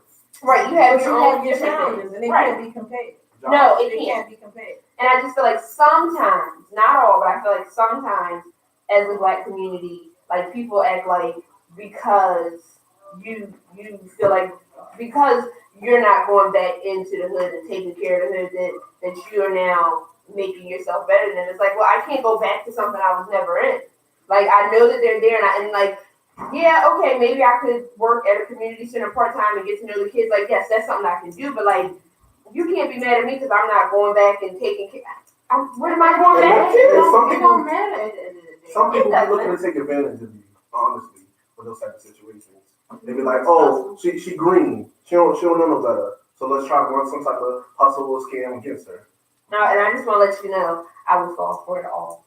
So I see the world. But that's how people are. But I think that's probably why it would be better for you to buy your neighborhood. Like, let's just say, for instance, you went to school with, I don't know, 500 Black people, and you was able to move 20 Black people in your neighborhood, or people, whoever you decide to hang with or mingle with. Mm-hmm. And then y'all, because I think one of the places they have, I feel like even for me where I'm at, it's predominantly white in the school. Mm-hmm. But what if I did want to live in this area, and now I can get a school here that our kids can go, because I think sometimes assimilation can do something to minds of Black children. So let's just say you did that, or rec, that could be, you know, some mm-hmm. Black people that you might know with kids or something like that. It don't have to necessarily be Baltimore City, right? But it could be something that you can do to still make your community better. So then let's just say people in the hood might want to get themselves together and come out there with you. They got a place where the kids can mingle and stuff like that. So, let me talk about myself again. Like, so again, I grew up in Howard County, and so like, you know, that's a whole mixing pot. It's everybody's out there. It's the white folks, the Indian folks, the Puerto Rican, everybody is there. So I was telling my coworker this story earlier today. When I went to Hampton, and we're gonna circle back to Hampton, we were in class and we had to like read the question, and then you know everybody was answering it, and like in the thing it said Mrs. Nugent. But like three of the people in class like couldn't read that it said Nugent, and I was like, y'all know the fucking Nugents? Like I know like five of them. Like you wasn't like you don't know the Nugents. And then like when we was walking back to class, my homegirl was like, you know, because she's from Vineland, New Jersey, so it's like a suburb outside of Atlantic City, and she was like, we don't have like Vietnamese people where I'm from. She was like, in Vineland, you either black or you Puerto Rican, and like that's all I know. And I said, oh. Okay, well that's interesting. So even though I grew up in that mixing bowl of people, I still went to an all-black college, and I feel like every black child should have the experience of being around your people all the time. But then, in the same way, I feel like you still need to also know the Nugents and the Patels and all those people over there. And I don't know how to do that. Just do it. But I feel like, so I'm in this mom group, and there was this whole long like debate about schools in Howard County, and it was like 4 or 5 moms that was like, I'm moving my kids out of this school because there's not enough black people in Howard County schools. And it's like, well, you fucking knew that when you moved to Howard County that it wasn't enough black people in the school for what you were looking for. You wanted But better, maybe. Huh? You might have wanted better, because a lot of times they move those early. Right, you may have wanted better, but like you moved there and then you didn't do anything to help make it better. Now that your kid's in 5th grade, you want to like badmouth the Howard County public school system because it's only 4 black teachers in that school. Well, what did you do to help get 5 black teachers in that school? It was such a. Can I ask you a question? Sure. So probably what happened was when you get out there, it's some things that I have seen happen when you do put your children around a lot of multicultural. Mm-hmm. But realistically, do you think Asians will send their children to a school that's predominantly black? No. Where the teachers are black, the principal are black, or white people, everybody black. For some reason, black folk feel like we should get that type of experience. But I can bet money on that. The Asians and whites and Vietnamese, they ain't trying to get no culture from us. They trying to buy something in our neighborhood and get our money. I don't know. It's so interesting to me that black folks say that a lot. Like you should get some experience, but like other cultures. Oh, you know what I mean. But you can drag them for that. Mm-hmm. You know their kids ain't going. Their kids. What ain't happens when they get out of school and they have to hustle around the worldly people? If you send them to school with just this certain group of people, they may not have a certain understanding of this group and this group and this group. When we all come all the way up, it's a melting pot of everything. But you know why it's different for us than it is for them? Because Jews have their own community, they have their own hospitals they can go to, and that's not necessarily a race. You can say that's a culture. Uh-huh. White folk, they can go and work with other white folk. They can go to hospitals and work there. They have different places where they can go. Asians, they got their own doctors they can go to. They have that. So that's why it's not. But if we get our own, that's what I'm saying. There's Not no on that level. Stick together. Not on the level that you, as a white person, I can literally spend all my money for white folk. Like, and it's not like you. Most of the time, when we work for an organization, she works for a university. Mm-hmm. It's predominantly white people there, I'm sure. I mean, as a whole, for the university itself, so you can be more familiar with your people. You're gonna be around them. When you go to the schools, the teachers probably white, the principals probably white. Asians, they have schools that they can go to, but for us, we have to seek that stuff out. Like you don't know like a predominantly black community where you can go and get everything all the time. So that's why I think we want to get that experience because we have to mingle with everybody else. Oh, the mingle with everything? Because we have to learn to work with everybody because it's possible that you could work when you get older, that you might not just work with black people. You probably won't. But Asians, they have a better, white people or whoever, they have a better opportunity where they can go somewhere and it will be them. So they don't have to necessarily, they basically get our money. They don't necessarily have to work with us. or they're all in a position of authority. Let me ask something real quick. Not something to ask, but I was looking at a post earlier, and it says Donald Sterling, Basketball player. Okay. he says Jews help their own, but successful African Americans do not. Absolutely. And I feel like that's true as well.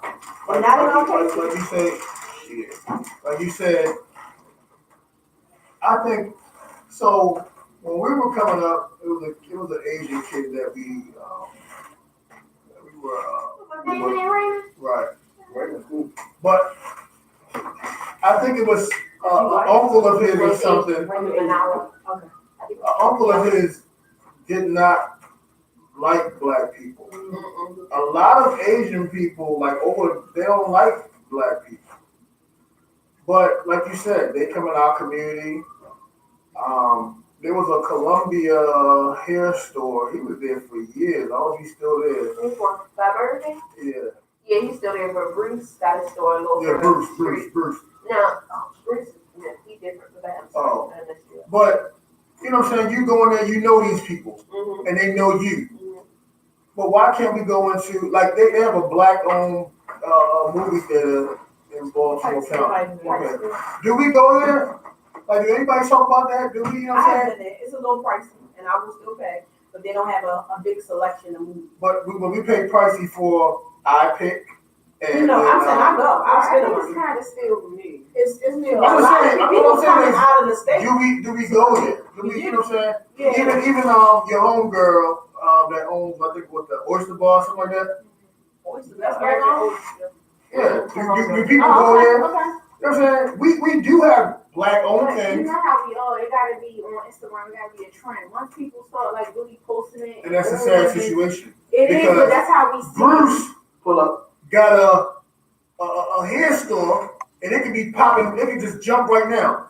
It's Wednesday evening, and Friday he can come in Mondon Mall with all his hair and all his shit that he went and got his hair from over there in Asia, and we right in Mondon Mall copying his hair, copying his eyelashes. But that's because that's a need. So let's say, what is Oyster Bar? Is it like a club or something? No, it's a restaurant. So that's just like rings and all that. People wasn't just going until you know. That's why you gotta advertise. Like it should be segments. But what I'm saying to y'all is, Yes. what I'm saying to y'all is, why we have to advertise? I ain't never seen those Chinese advertise nothing. I ain't never seen no hair. Hold on. Because I'm still talking. Hold on. I'm still talking. If I go into a Chinese store that sells beauty products, anywhere from Catonsville to East Baltimore to West Baltimore, their stores is popping. Their hair stores is popping. But hold on. Exactly. We're not on every corner. But if we make a black store, we don't go to our own black store. We wouldn't go to it's a guy on 25th Street right now. Only reason why I know he sells hair is because I got a daughter that buys hair. But he goes straight to India or wherever straight over there. You ever long? No, his name is not there. He goes straight over there and buys this hair and come back. Did you advertise him? Beauty Plus? Why would I advertise? Why not? I should know about that. I buy it. But what I'm saying to y'all is, That's supporting your own. what I'm saying to y'all. You're not even making a good Wait. So you mean to tell me you Wait. you know, I'm not hair, Monet don't buy hair, but she could buy products. You might buy some hair. You're not telling people in your own little group that, oh, I know somebody that sell hair. And Bruce has a commercial. Bruce, the hair store in Columbia, has a commercial, and I've seen it. And you can't say that you've never come home and had the fucking little billfold thing in your door from the Chinese restaurant. So they do advertise, and they advertise each other. The majority, all I'm saying is the majority of these people who come into the hood, I don't see no advertising. I see a pop up and people go there. But you don't know where they came from. But that's true because I see that they pop up and people go there. Because they can walk there. If you in the hood and the store open on the corner and you live down the street, the fuck you gotta advertise for it down the street. I ain't never seen a with black the sign store. that says You know what brand black on it. boutiques and all these things that's in the hood No, or in I Fells don't care. Point, and I don't see nobody go support them. Do you support them? I don't go to the boutique. Why I don't you shop in them support clothes. them? Why you screaming? I don't go to them stores. How did you knew that? You knew that my homegirl was the Urban Oyster because I posted her. No, I knew that before that. Okay, but I posted it. No, I knew that before you posted it. But why haven't you posted about it then? If Because you he are posted to about buy the pull-up. why didn't you say anything? I don't need to post her. What I'm saying is, all I'm saying to you is, it's not about me. It starts with our community. Right, but you are to be the No, it's more than just me though. But if you But start my point is, if I go right now Bel Air Road and there's a chicken shop or whatever the case may be, it's longer for them to get blown up than some little rinky-dink Chinese store. That's all I'm saying.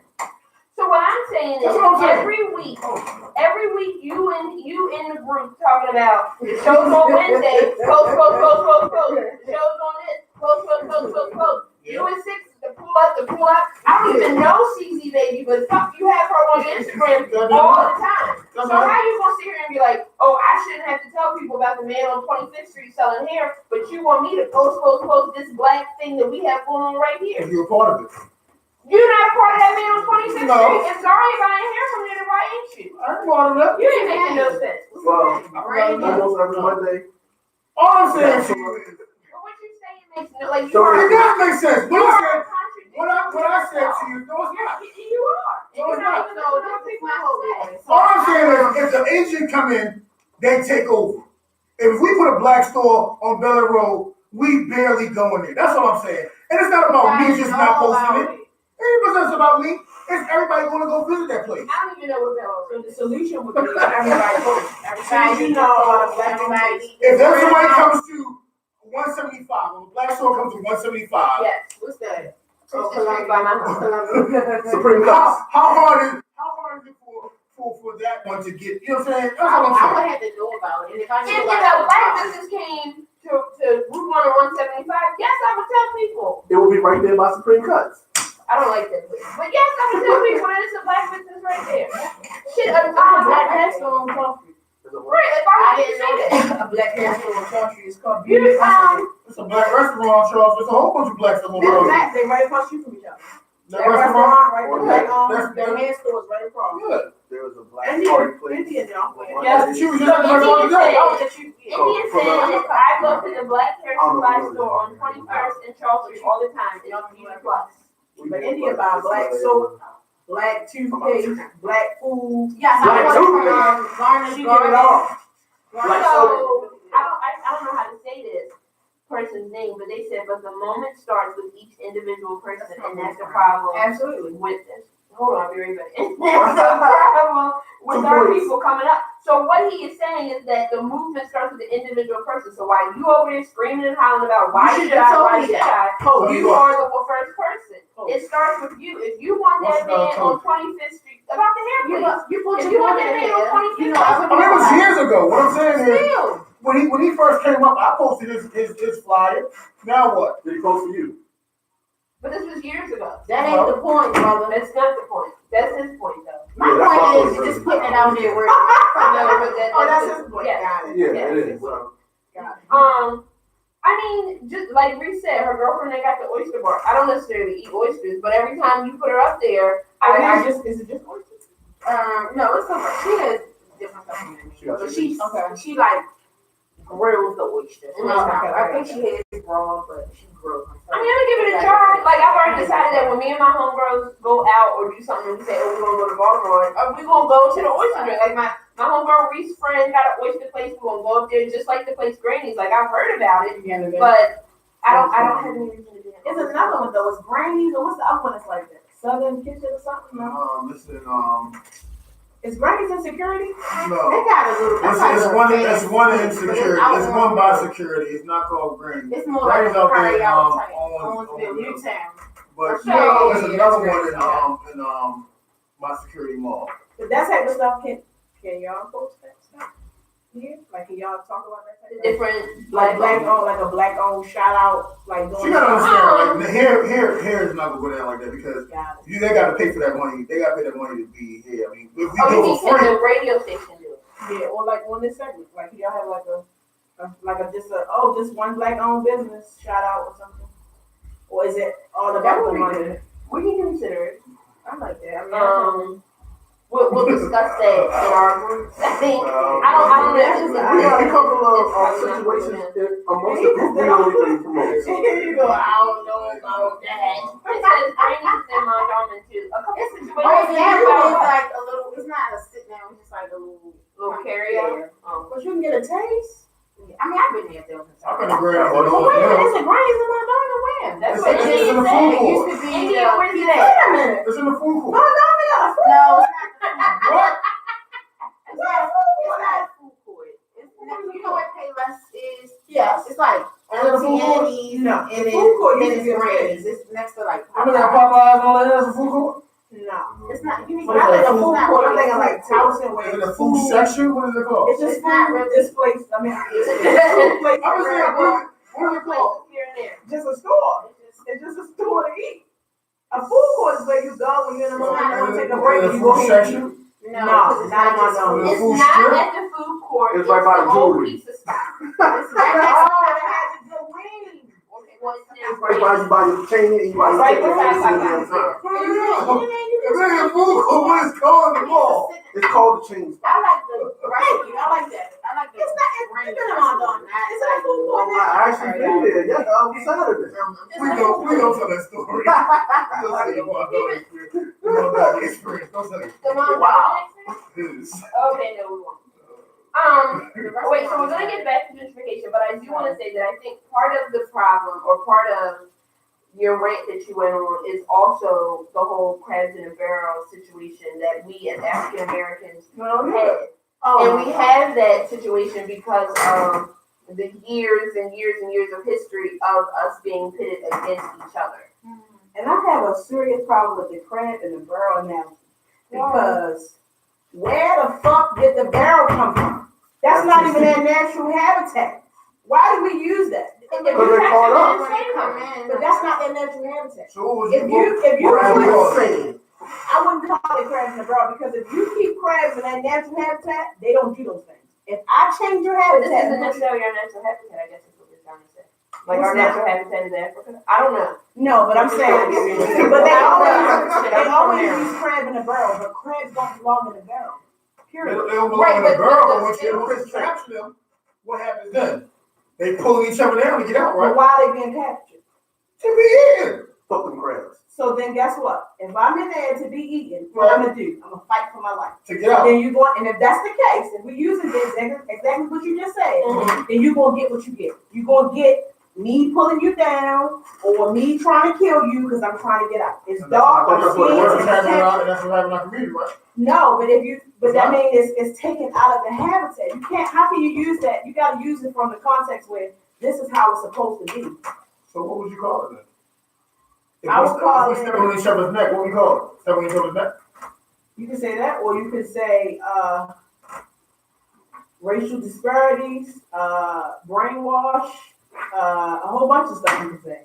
But crabs in a barrel So mean black that I'm people taking you brainwash? out of my natural habitat. I don't understand why we even use that as an example because crabs don't belong in barrels. And if you put them in barrels, it's for a specific purpose, but to be eaten. So that means that if I know I'm trying to get you, I'm trying to take you, and I'm trying to eat you, and I know that in that barrel, So when Shit, you that's say like when you too. say brainwash, I don't have a problem with the analogy, but and that's okay. I understand. why would you say brainwash though? You think we're brainwashed I do. Well, I to feel hate on like- each other? Yeah. Yeah, but let's keep it real. It is hard dealing with some black businesses. Well, yeah. Let's keep it all the way through. So, Yeah. you know, me, I'll try, I'll support the business, but I'm not going to deal with certain things. And a lot of black businesses out here, Did y'all watch always something. Black Ink last night? I don't like I ain't seen it. Since it first came out. So Black in Chicago, of course, whatever the movie Ryan gave it to man, is now running like some old bullshit. So two white girls came in looking for the white artist that they had some seasons ago. The guy was like basically, the artist was like basically, I don't want to be a part of this situation because y'all basically don't got it together. What if it's gonna be? All right. Don't got what's So together. their stuff, that's why Ryan's down. The blonde dude that was at at the tattoo So the guys who are in Van Shop, they call themselves the Gorillas, and that's his line of clothing. And they were really treating these white girls like very disrespectful. And yeah, well, he ain't here right now, or he ain't gonna be here. You got some other people here. Check out my stuff on Instagram. Wow. So we're running a business, and you're saying check my stuff out on Instagram. But that's what people want to see. Hold on. So that's one. But we're in a shop. When your shop, when your art should be on the wall, you're doing tattoos. You're not gonna have a picture of every tattoo. I understand that, but what I'm saying to you is, it's the conversation of how they were having it. Be professional. Right. How he was throwing the phone in her face, like, here, check this out. That guy ain't here no more. So basically, like you said, some black restaurants or some black tattoo parlors or whatever, some black businesses, some of their customer service ways of doing things. Some asshole white people out there. Yeah, No, what I'm saying, well, I'm just going to what Rich just said. Right, but I was Why we don't go support our own? Is that what you just said? That's saying some people. Well, I didn't say all of us. Yeah, some of us. So what I'm saying is, on that episode, it just really showed a lot of color or a lot of light on how some black people treat their customers, or say like you might order something online or whatever it can be, and it's from I'm supporting black owned, and now you try to get your money back. Now they try to do some other shit. Oh, now you can take this gift card, or you two later whatever it be. Like, that's crazy. But yeah, right? Yeah, there's a lot of white assholes out there. I ordered a T-shirt, and she come here, and it took like a month. Did you get your money back? No. So I sent her an email, and I'm like, I've been waiting for my shirt. Matter of fact, it's on my page. I didn't take her though, but because she emailed me back and said, she emailed me. Okay, so basically it's supposed to come with something that didn't come with it. So when I got it, I'm like, why is it come with it? So I emailed her, and she was like, well, you didn't ask for that. Here's 10% off. I said, I don't need this. So I do try to support our people. I think what's happening with her is that she's getting real big too fast. And that's fine. But maybe she should have compensated me and said, well, I'll still send you, whatever. But the thing. Yeah, but I think that's interesting. I know the difference. But I also feel like there's a lot of places we go to, white folk who they're not giving your money back either. They say no refund. You go in a hair store, a lot of places. Oh yeah, you ain't getting your money. You get no money back. They might treat you like crap and all of that, and we still go to get our hair. But for some reason, when it comes to black folk, we really be like, oh, But it goes back to the what am I trying to say? The location. Like, yeah, Bruce is a dickhead, and when I go in there, I can't get a refund, or I can't do this and can't do that. But it's the only hair store that I can get to, and what and your hair is your crown, so I'm not gonna go outside looking dumb. So I'm gonna go in here, I'm gonna cuss at him, he gonna cuss at me, we're gonna make this relationship work. But when they curse, that's a little too far. Well, I don't do that. But like some people, right? Like some people. So the guy, like, Bruce is funny. He's really nice, and he used to be like right in the Long Beach Village Center. Not that everybody knows it, but either way, like a lot of his customers, like they became like his friends, or whatever. So they would go in there and like have a jovial type of relationship. But the same thing with them, like he would give them BS, but that little like area in Columbia, there's a whole bunch of apartments around there. So that hair store, first of all, there's only 2 hair stores in Columbia. It's his, and then the one further down the street. So if you don't drive, and the buses in Columbia ain't all that great. You won't have to go to Bruce. You won't have to deal with the fact that you don't get it. And right, customer service across the board with everybody is convenient. Like you have some really good service. Like I didn't bring my thing, but like I'm like one of those planner people that do like all the stickers and the whole like shebang. Like I have a whole good time about it. And 2 of my favorite sticker people are like African American women. And I support them all the time. I'm always making sure that I'm staying engaged with them on Instagram and the whole thing. I never had like any bad customer service with them. But if there was a time, I would say, hey, look, we don't have to part ways at this point. And the same thing like with the lady. It's like this white lady in Alaska that I buy stuff from, and it's gonna be this. If something happens, all right, well, I'm gonna get my stickers. Because you're big on customer service. Right, yeah. And then if you treat me right, then if I treat you right, we're gonna make it happen. We're gonna do business. Right, and that's how ain't nothing wrong with it. But when that little situation happened with the T-shirt, I was just really upset. Like, why would you be? Come on, sis, I'm trying to, and I posted the picture, but I didn't tag her. But would you give her another chance? Like after, so have you ever been to other businesses that might not be black owned, and they might have done some stuff, and you literally was like, I ain't going in no more. Do you do that for everybody? Now, if you do that for everybody, I kind of like it. Kind of like it. I can't really remember a time where I said I'm not going in no more, and it said, oh, that's it, I'm gonna go anyway. So not off the top of my head, but usually if I say I'm not gonna support somebody, I don't. It don't matter what you are, Chinese, whatever. Like I stopped letting the Chinese people do my name, and I go to a black girl, no problem. I do too. I tag her too. I tag her all the time. The nail beat on Instagram. I tag her. But you know, man, I think I don't think he know anything about business. He don't know anything about customer service. He don't know anything about. He doesn't. So Van from the show, when he was using They don't know how to that, control emotions. he don't know how to control his emotions. He want to fight all the time, so he gonna run the shop, not like a business. He gonna run it like he outside. And then I gotta Because he don't know about business. You know what I mean? It's like he don't. I feel like he'd be fake tough. Now, I haven't seen him in a long time, but you know, on the show. But I just feel like he did. You watched it before though, Yeah. so you know who Van is. He gonna run the shop the same way he been, cause he don't know no better. I feel like, and I feel like what's his name, Ryan. And that's what happens when you I try don't to know put your why man Ryan. on. Yeah, I don't know why If you Ryan didn't didn't train him, shot. not gonna say put your man on, but you gotta train him about business. You can't just say, "You've been in here with me, my man. You know how it's gonna go." But You really gotta teach I don't him. think it was about hands on. Anyway. I think it was, I'm giving this up, so let me give it to you. And I'm With going my on this man. side. I'm going on this other side of this block. I don't give a goddamn what you do. Just cut me my check every month. Yeah, he just do it because that's his man. Yeah. I Well, not even his man. Because it was beefing. Yeah, it's the calm down the situation. Right. He like, here you go. I got some extra money anyway. You take this, but I really know in my heart that you're gonna run it into the ground. But I'm gonna let you learn that lesson. Like, yo, man, be wild. But the funny part about it is, when shit get real, he wanna act like, I don't know why Ryan would shoot up the shop and this and that. Even though Ryan did it when nobody was there. Right. But he's like, why would he do this and that? And they all telling and shit. Like, that's just nuts. That ain't real. All right, I gotta circle it back to our topic at hand because we only got 9 more minutes of the show. So, Six is gonna start with you because you're in a talking mood and we know that you're not a talker. So, Really?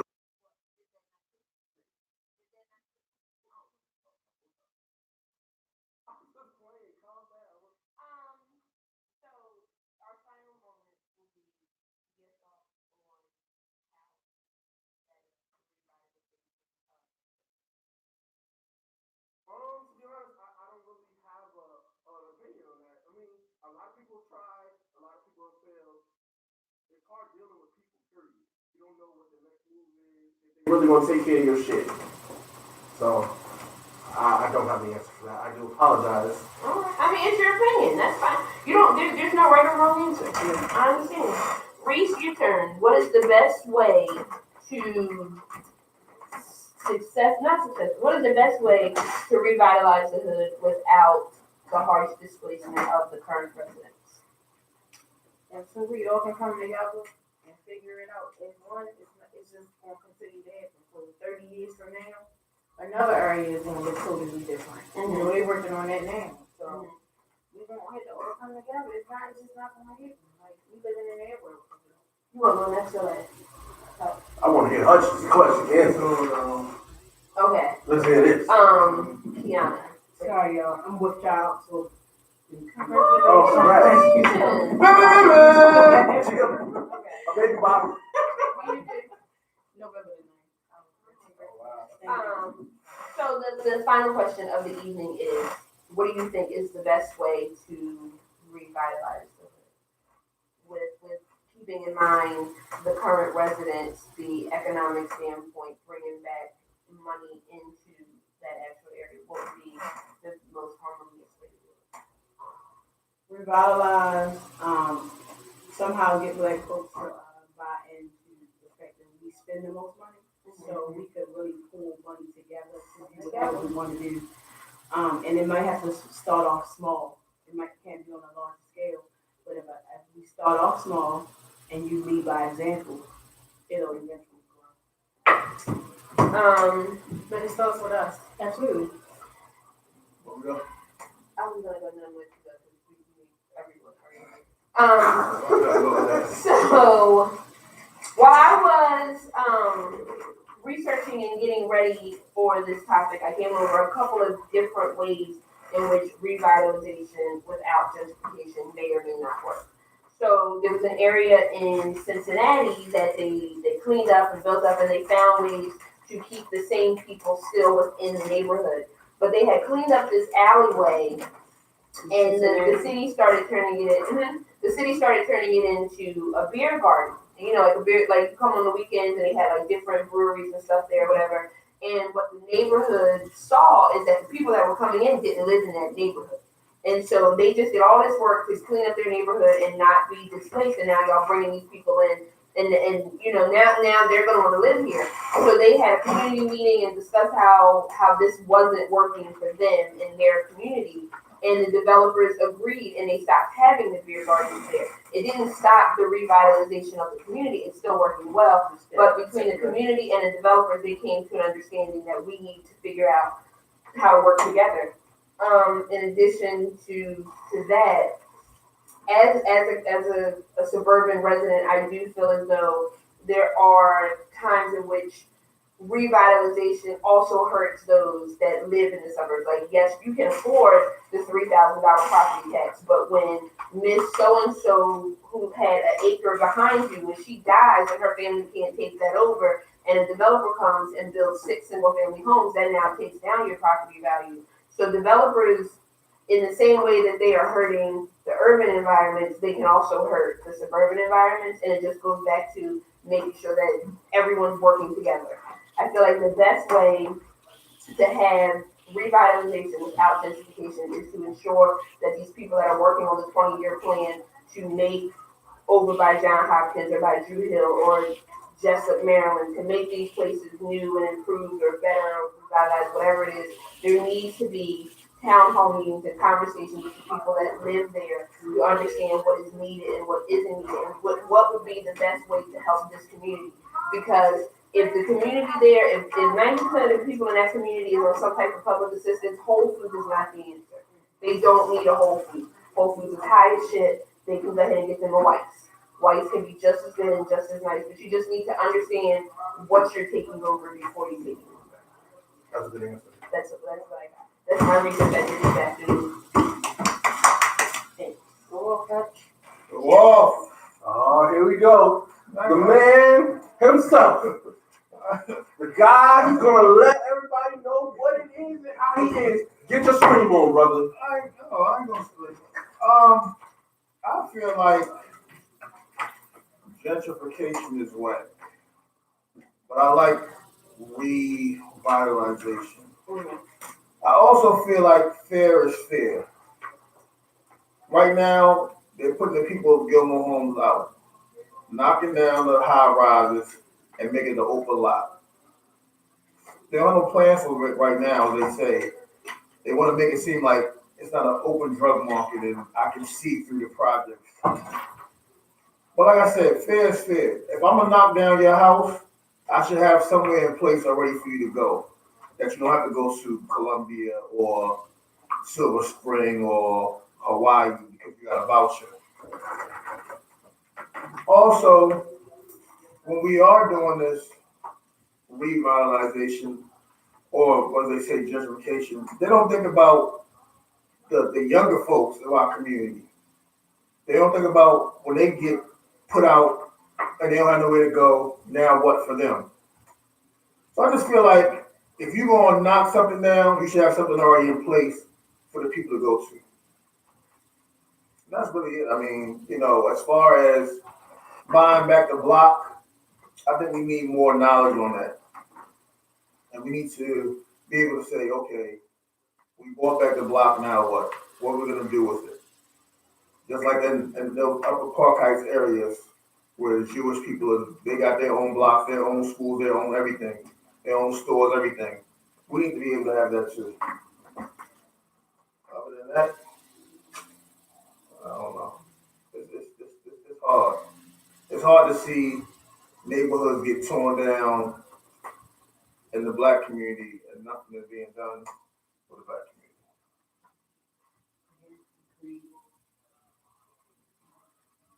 We got 1 minute. That's your wrap up? No, we got more than that. Oh, okay. Yeah, I You mean, shouldn't have any substance. that's because I added some time. Other than that, any word for the week, Dr. Quinn? Word for the week? No, not word. I'm talking about he got anything to say, like not word, like be good. I think we just all just need to do our own research. And what you said is true. I mean, I think if you want to be an investor, if you think it from the perspective of buying the block, buying back the block, you have to come from an investment perspective, an investor perspective. You gotta learn some stuff and really be able to put some people on, you know, maybe got some black contractors or something, you know, somebody who kind of really kind of know what's going on. Right. Know the plans, know the area, like you said, know the players, and use it to your advantage because it's all a game. And everyone who invested, I just took an investor course, and Oh, it is. I loved it, and the person that I took it with taught me a lot. And just like I said, he actually bought a house from an old lady and put her in an apartment for a year. So you can do different things with the money. You know, of course, he put her in an affordable apartment, so it's really up to you how you carry it. He didn't put her out. He didn't put her out and just send her on with her family. He's like, all right, look, the money, I'm gonna pay the house off you or whatever, and I'm gonna put you in an apartment for a year. So it's really depending on the person. So him doing something like that, that would be the type of investment that I would be. I'm not gonna send Miss, what was her name? Miss Wilma. Miss Wilma. I'm not gonna send her out on the street so she can live with her family. She No. Miss Wilma? No. Jeremy Wilma. Oh, I thought She's from Mississippi. Oh. No, it's not a real person. So yeah, I that's just know Miss something. Wilma. So as you know, as you go on to your journey or whatever you do, but you can make a difference. Okay, I just want to. So, since I have a few more minutes, I just wanted to read over this little blurb I took about Washington D.C. and revitalization without gentrification. I'm just gonna read it over, and then y'all can let me know your opinions or thoughts, and if you think this is actually going to work. So it says Berry Farms, a historic African American community founded by freed slaves, currently has some 400 units and 1,200 people. The population of the housing development is 93% single mothers. Some 86% are unemployed. This is not a friendly, welcoming site. There is only one overpriced corner store with bulletproof glass walls separating the store owners from the customers. The DC government has put in a $550 million redevelopment plan, which will create 1,400 public and affordable apartments at the same site. New apartments will face each other, creating open public thoroughfares that enable eyes on the street. There will also be a recreation center with an indoor pool, basketball courts, and computer labs, as well as a charter school. The nearby Anacostia Metro Station will get a full upgrade with improved access to the station from the development. We want to bring opportunity to the residents, and we want to make the connection to Metro easier and safer. The district government calls this project revitalization without gentrification, as all current residents will be allowed to come back to the new development. There will be a zero displacement. Do you think that is a good way to go about it? Do you think that it'll actually be successful? I don't really think that's true, to be honest. It started already. It started tearing on Berry Farms. I mean, yeah, but that real estate is very, very important to business. And So you don't believe the zero displacement? Okay. I don't necessarily. I mean, in Berry Farms area, I think that I don't think if they say they're gonna do it, but I think that I don't know because it all comes from Berry as well. Like it all stems from what he wanted and what he built over there. So, but I don't know. they already so DIA is over there, and so is freaking that Elizabeth, whatever. They changed that to another DIA site. Them other people, they trying to live over there. I think what's going to happen with Berry Farms, they're going to try to follow this whole plan and invite everyone back, and it's going to be great and harmonious. We have the community center and all this stuff, and they're going to try, but just like with the townhouses across the street from the university, it's going to go back to live where you work. and people are gonna start moving in, and then you're gonna have shit like with that Metro store in DC where they wanted to shut down the music, or where or where the guy said that his dog should be able to walk through Howard University, and people, if they poop on the lawn, it doesn't matter. Like they should move to university. Like people are going to come into this neighborhood, and they're gonna feel like because they're more privileged than the others, and that's gonna start to push people out. I think that so Berry Farms is kind of like the last holdout, like in the DC area. There's a couple other ones, but like Berry Farms is the last holdout in that area. Because if you go across the bridge, you at the Navy Yard, you at the baseball stadium, like all that shit over there is nice. And then you cross that bridge, and you're like, well, hey y'all. But the same thing with both of the projects over there where we sold them the same thing. What? That they was going, like they was going to come back? This place when they was putting them out in the county and they could come back. It sounds good. It sounds really good. Yeah, And people buy into it. People buy right into it. They sell them a story. The business spends money to build that place up. So they gotta get their money in return some type of way. They selling a story. They selling a dream. All right, y'all, come on. Let's get on this ship. We're going somewhere better. They selling a story. Let's go out to Columbia. We're gonna put you in a nice, affordable apartment in Columbia, and your kids will go to this diverse schools, and everything will be okay. And when we're finished and we're ready, we're gonna invite you on back. But just like on the show The Shy, what happened with that lady, Miss Brown? She was like, Miss Brown went and got these apartments, and she did not want low-income housing or low-income families in her apartment buildings or apartment areas. Mm-hmm. While the girl was trying to get a section for those low-income people. But she wasn't at first. She No, was the a girl- part of the Miss girl- Brown. She was forced to. She needed to make that big sale. That was without Brandon. She did not care about them low income people until she got more talking to Brandon and she started to feel bad. At first, she was like, she looked at Brandon like he was less than. So if you were renting out a place, would you rent out to Section 8? I would. I had did it. My grandmother.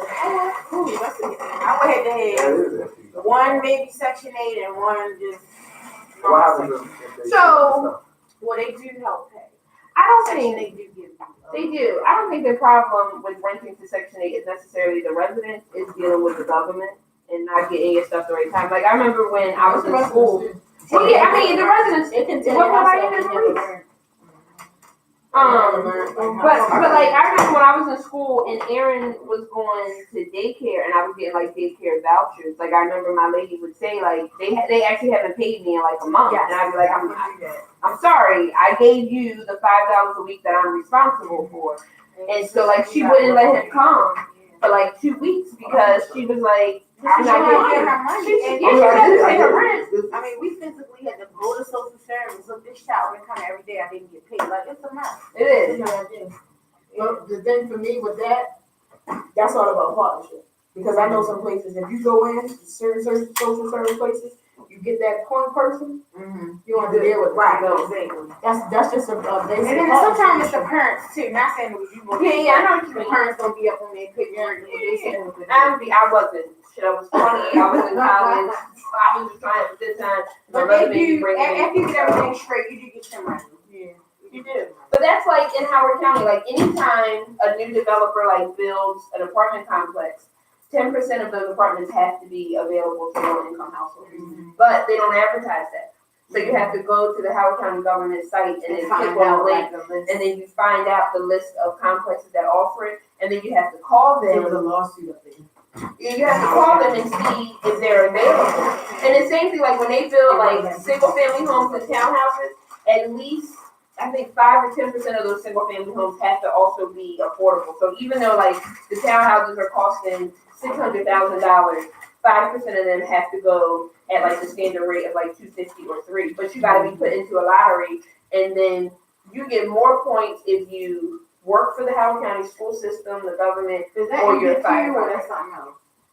I don't remember what the program is called. But they have other discriminatory practices now, because even if We you still have. talk. We can talk. We in the show. Oh, well, go ahead and end the show on YouTube because the people online are phone. It's just like MVP. Yeah, I know, MBQ I is still said the wrong there, but stuff. it's VHRP. We got What Carla they next do week show. is, All y'all, have a good night. Thank you, discriminatory Miss practices. Queen, for coming. What they'll do Dr. is Cole when for departments, even though they open, let's say 10%, you still gotta qualify, even then it's gonna be paid for. Like credit and all So that. your credit in certain back, certain things at the state. Yeah. So they'll do stuff like that.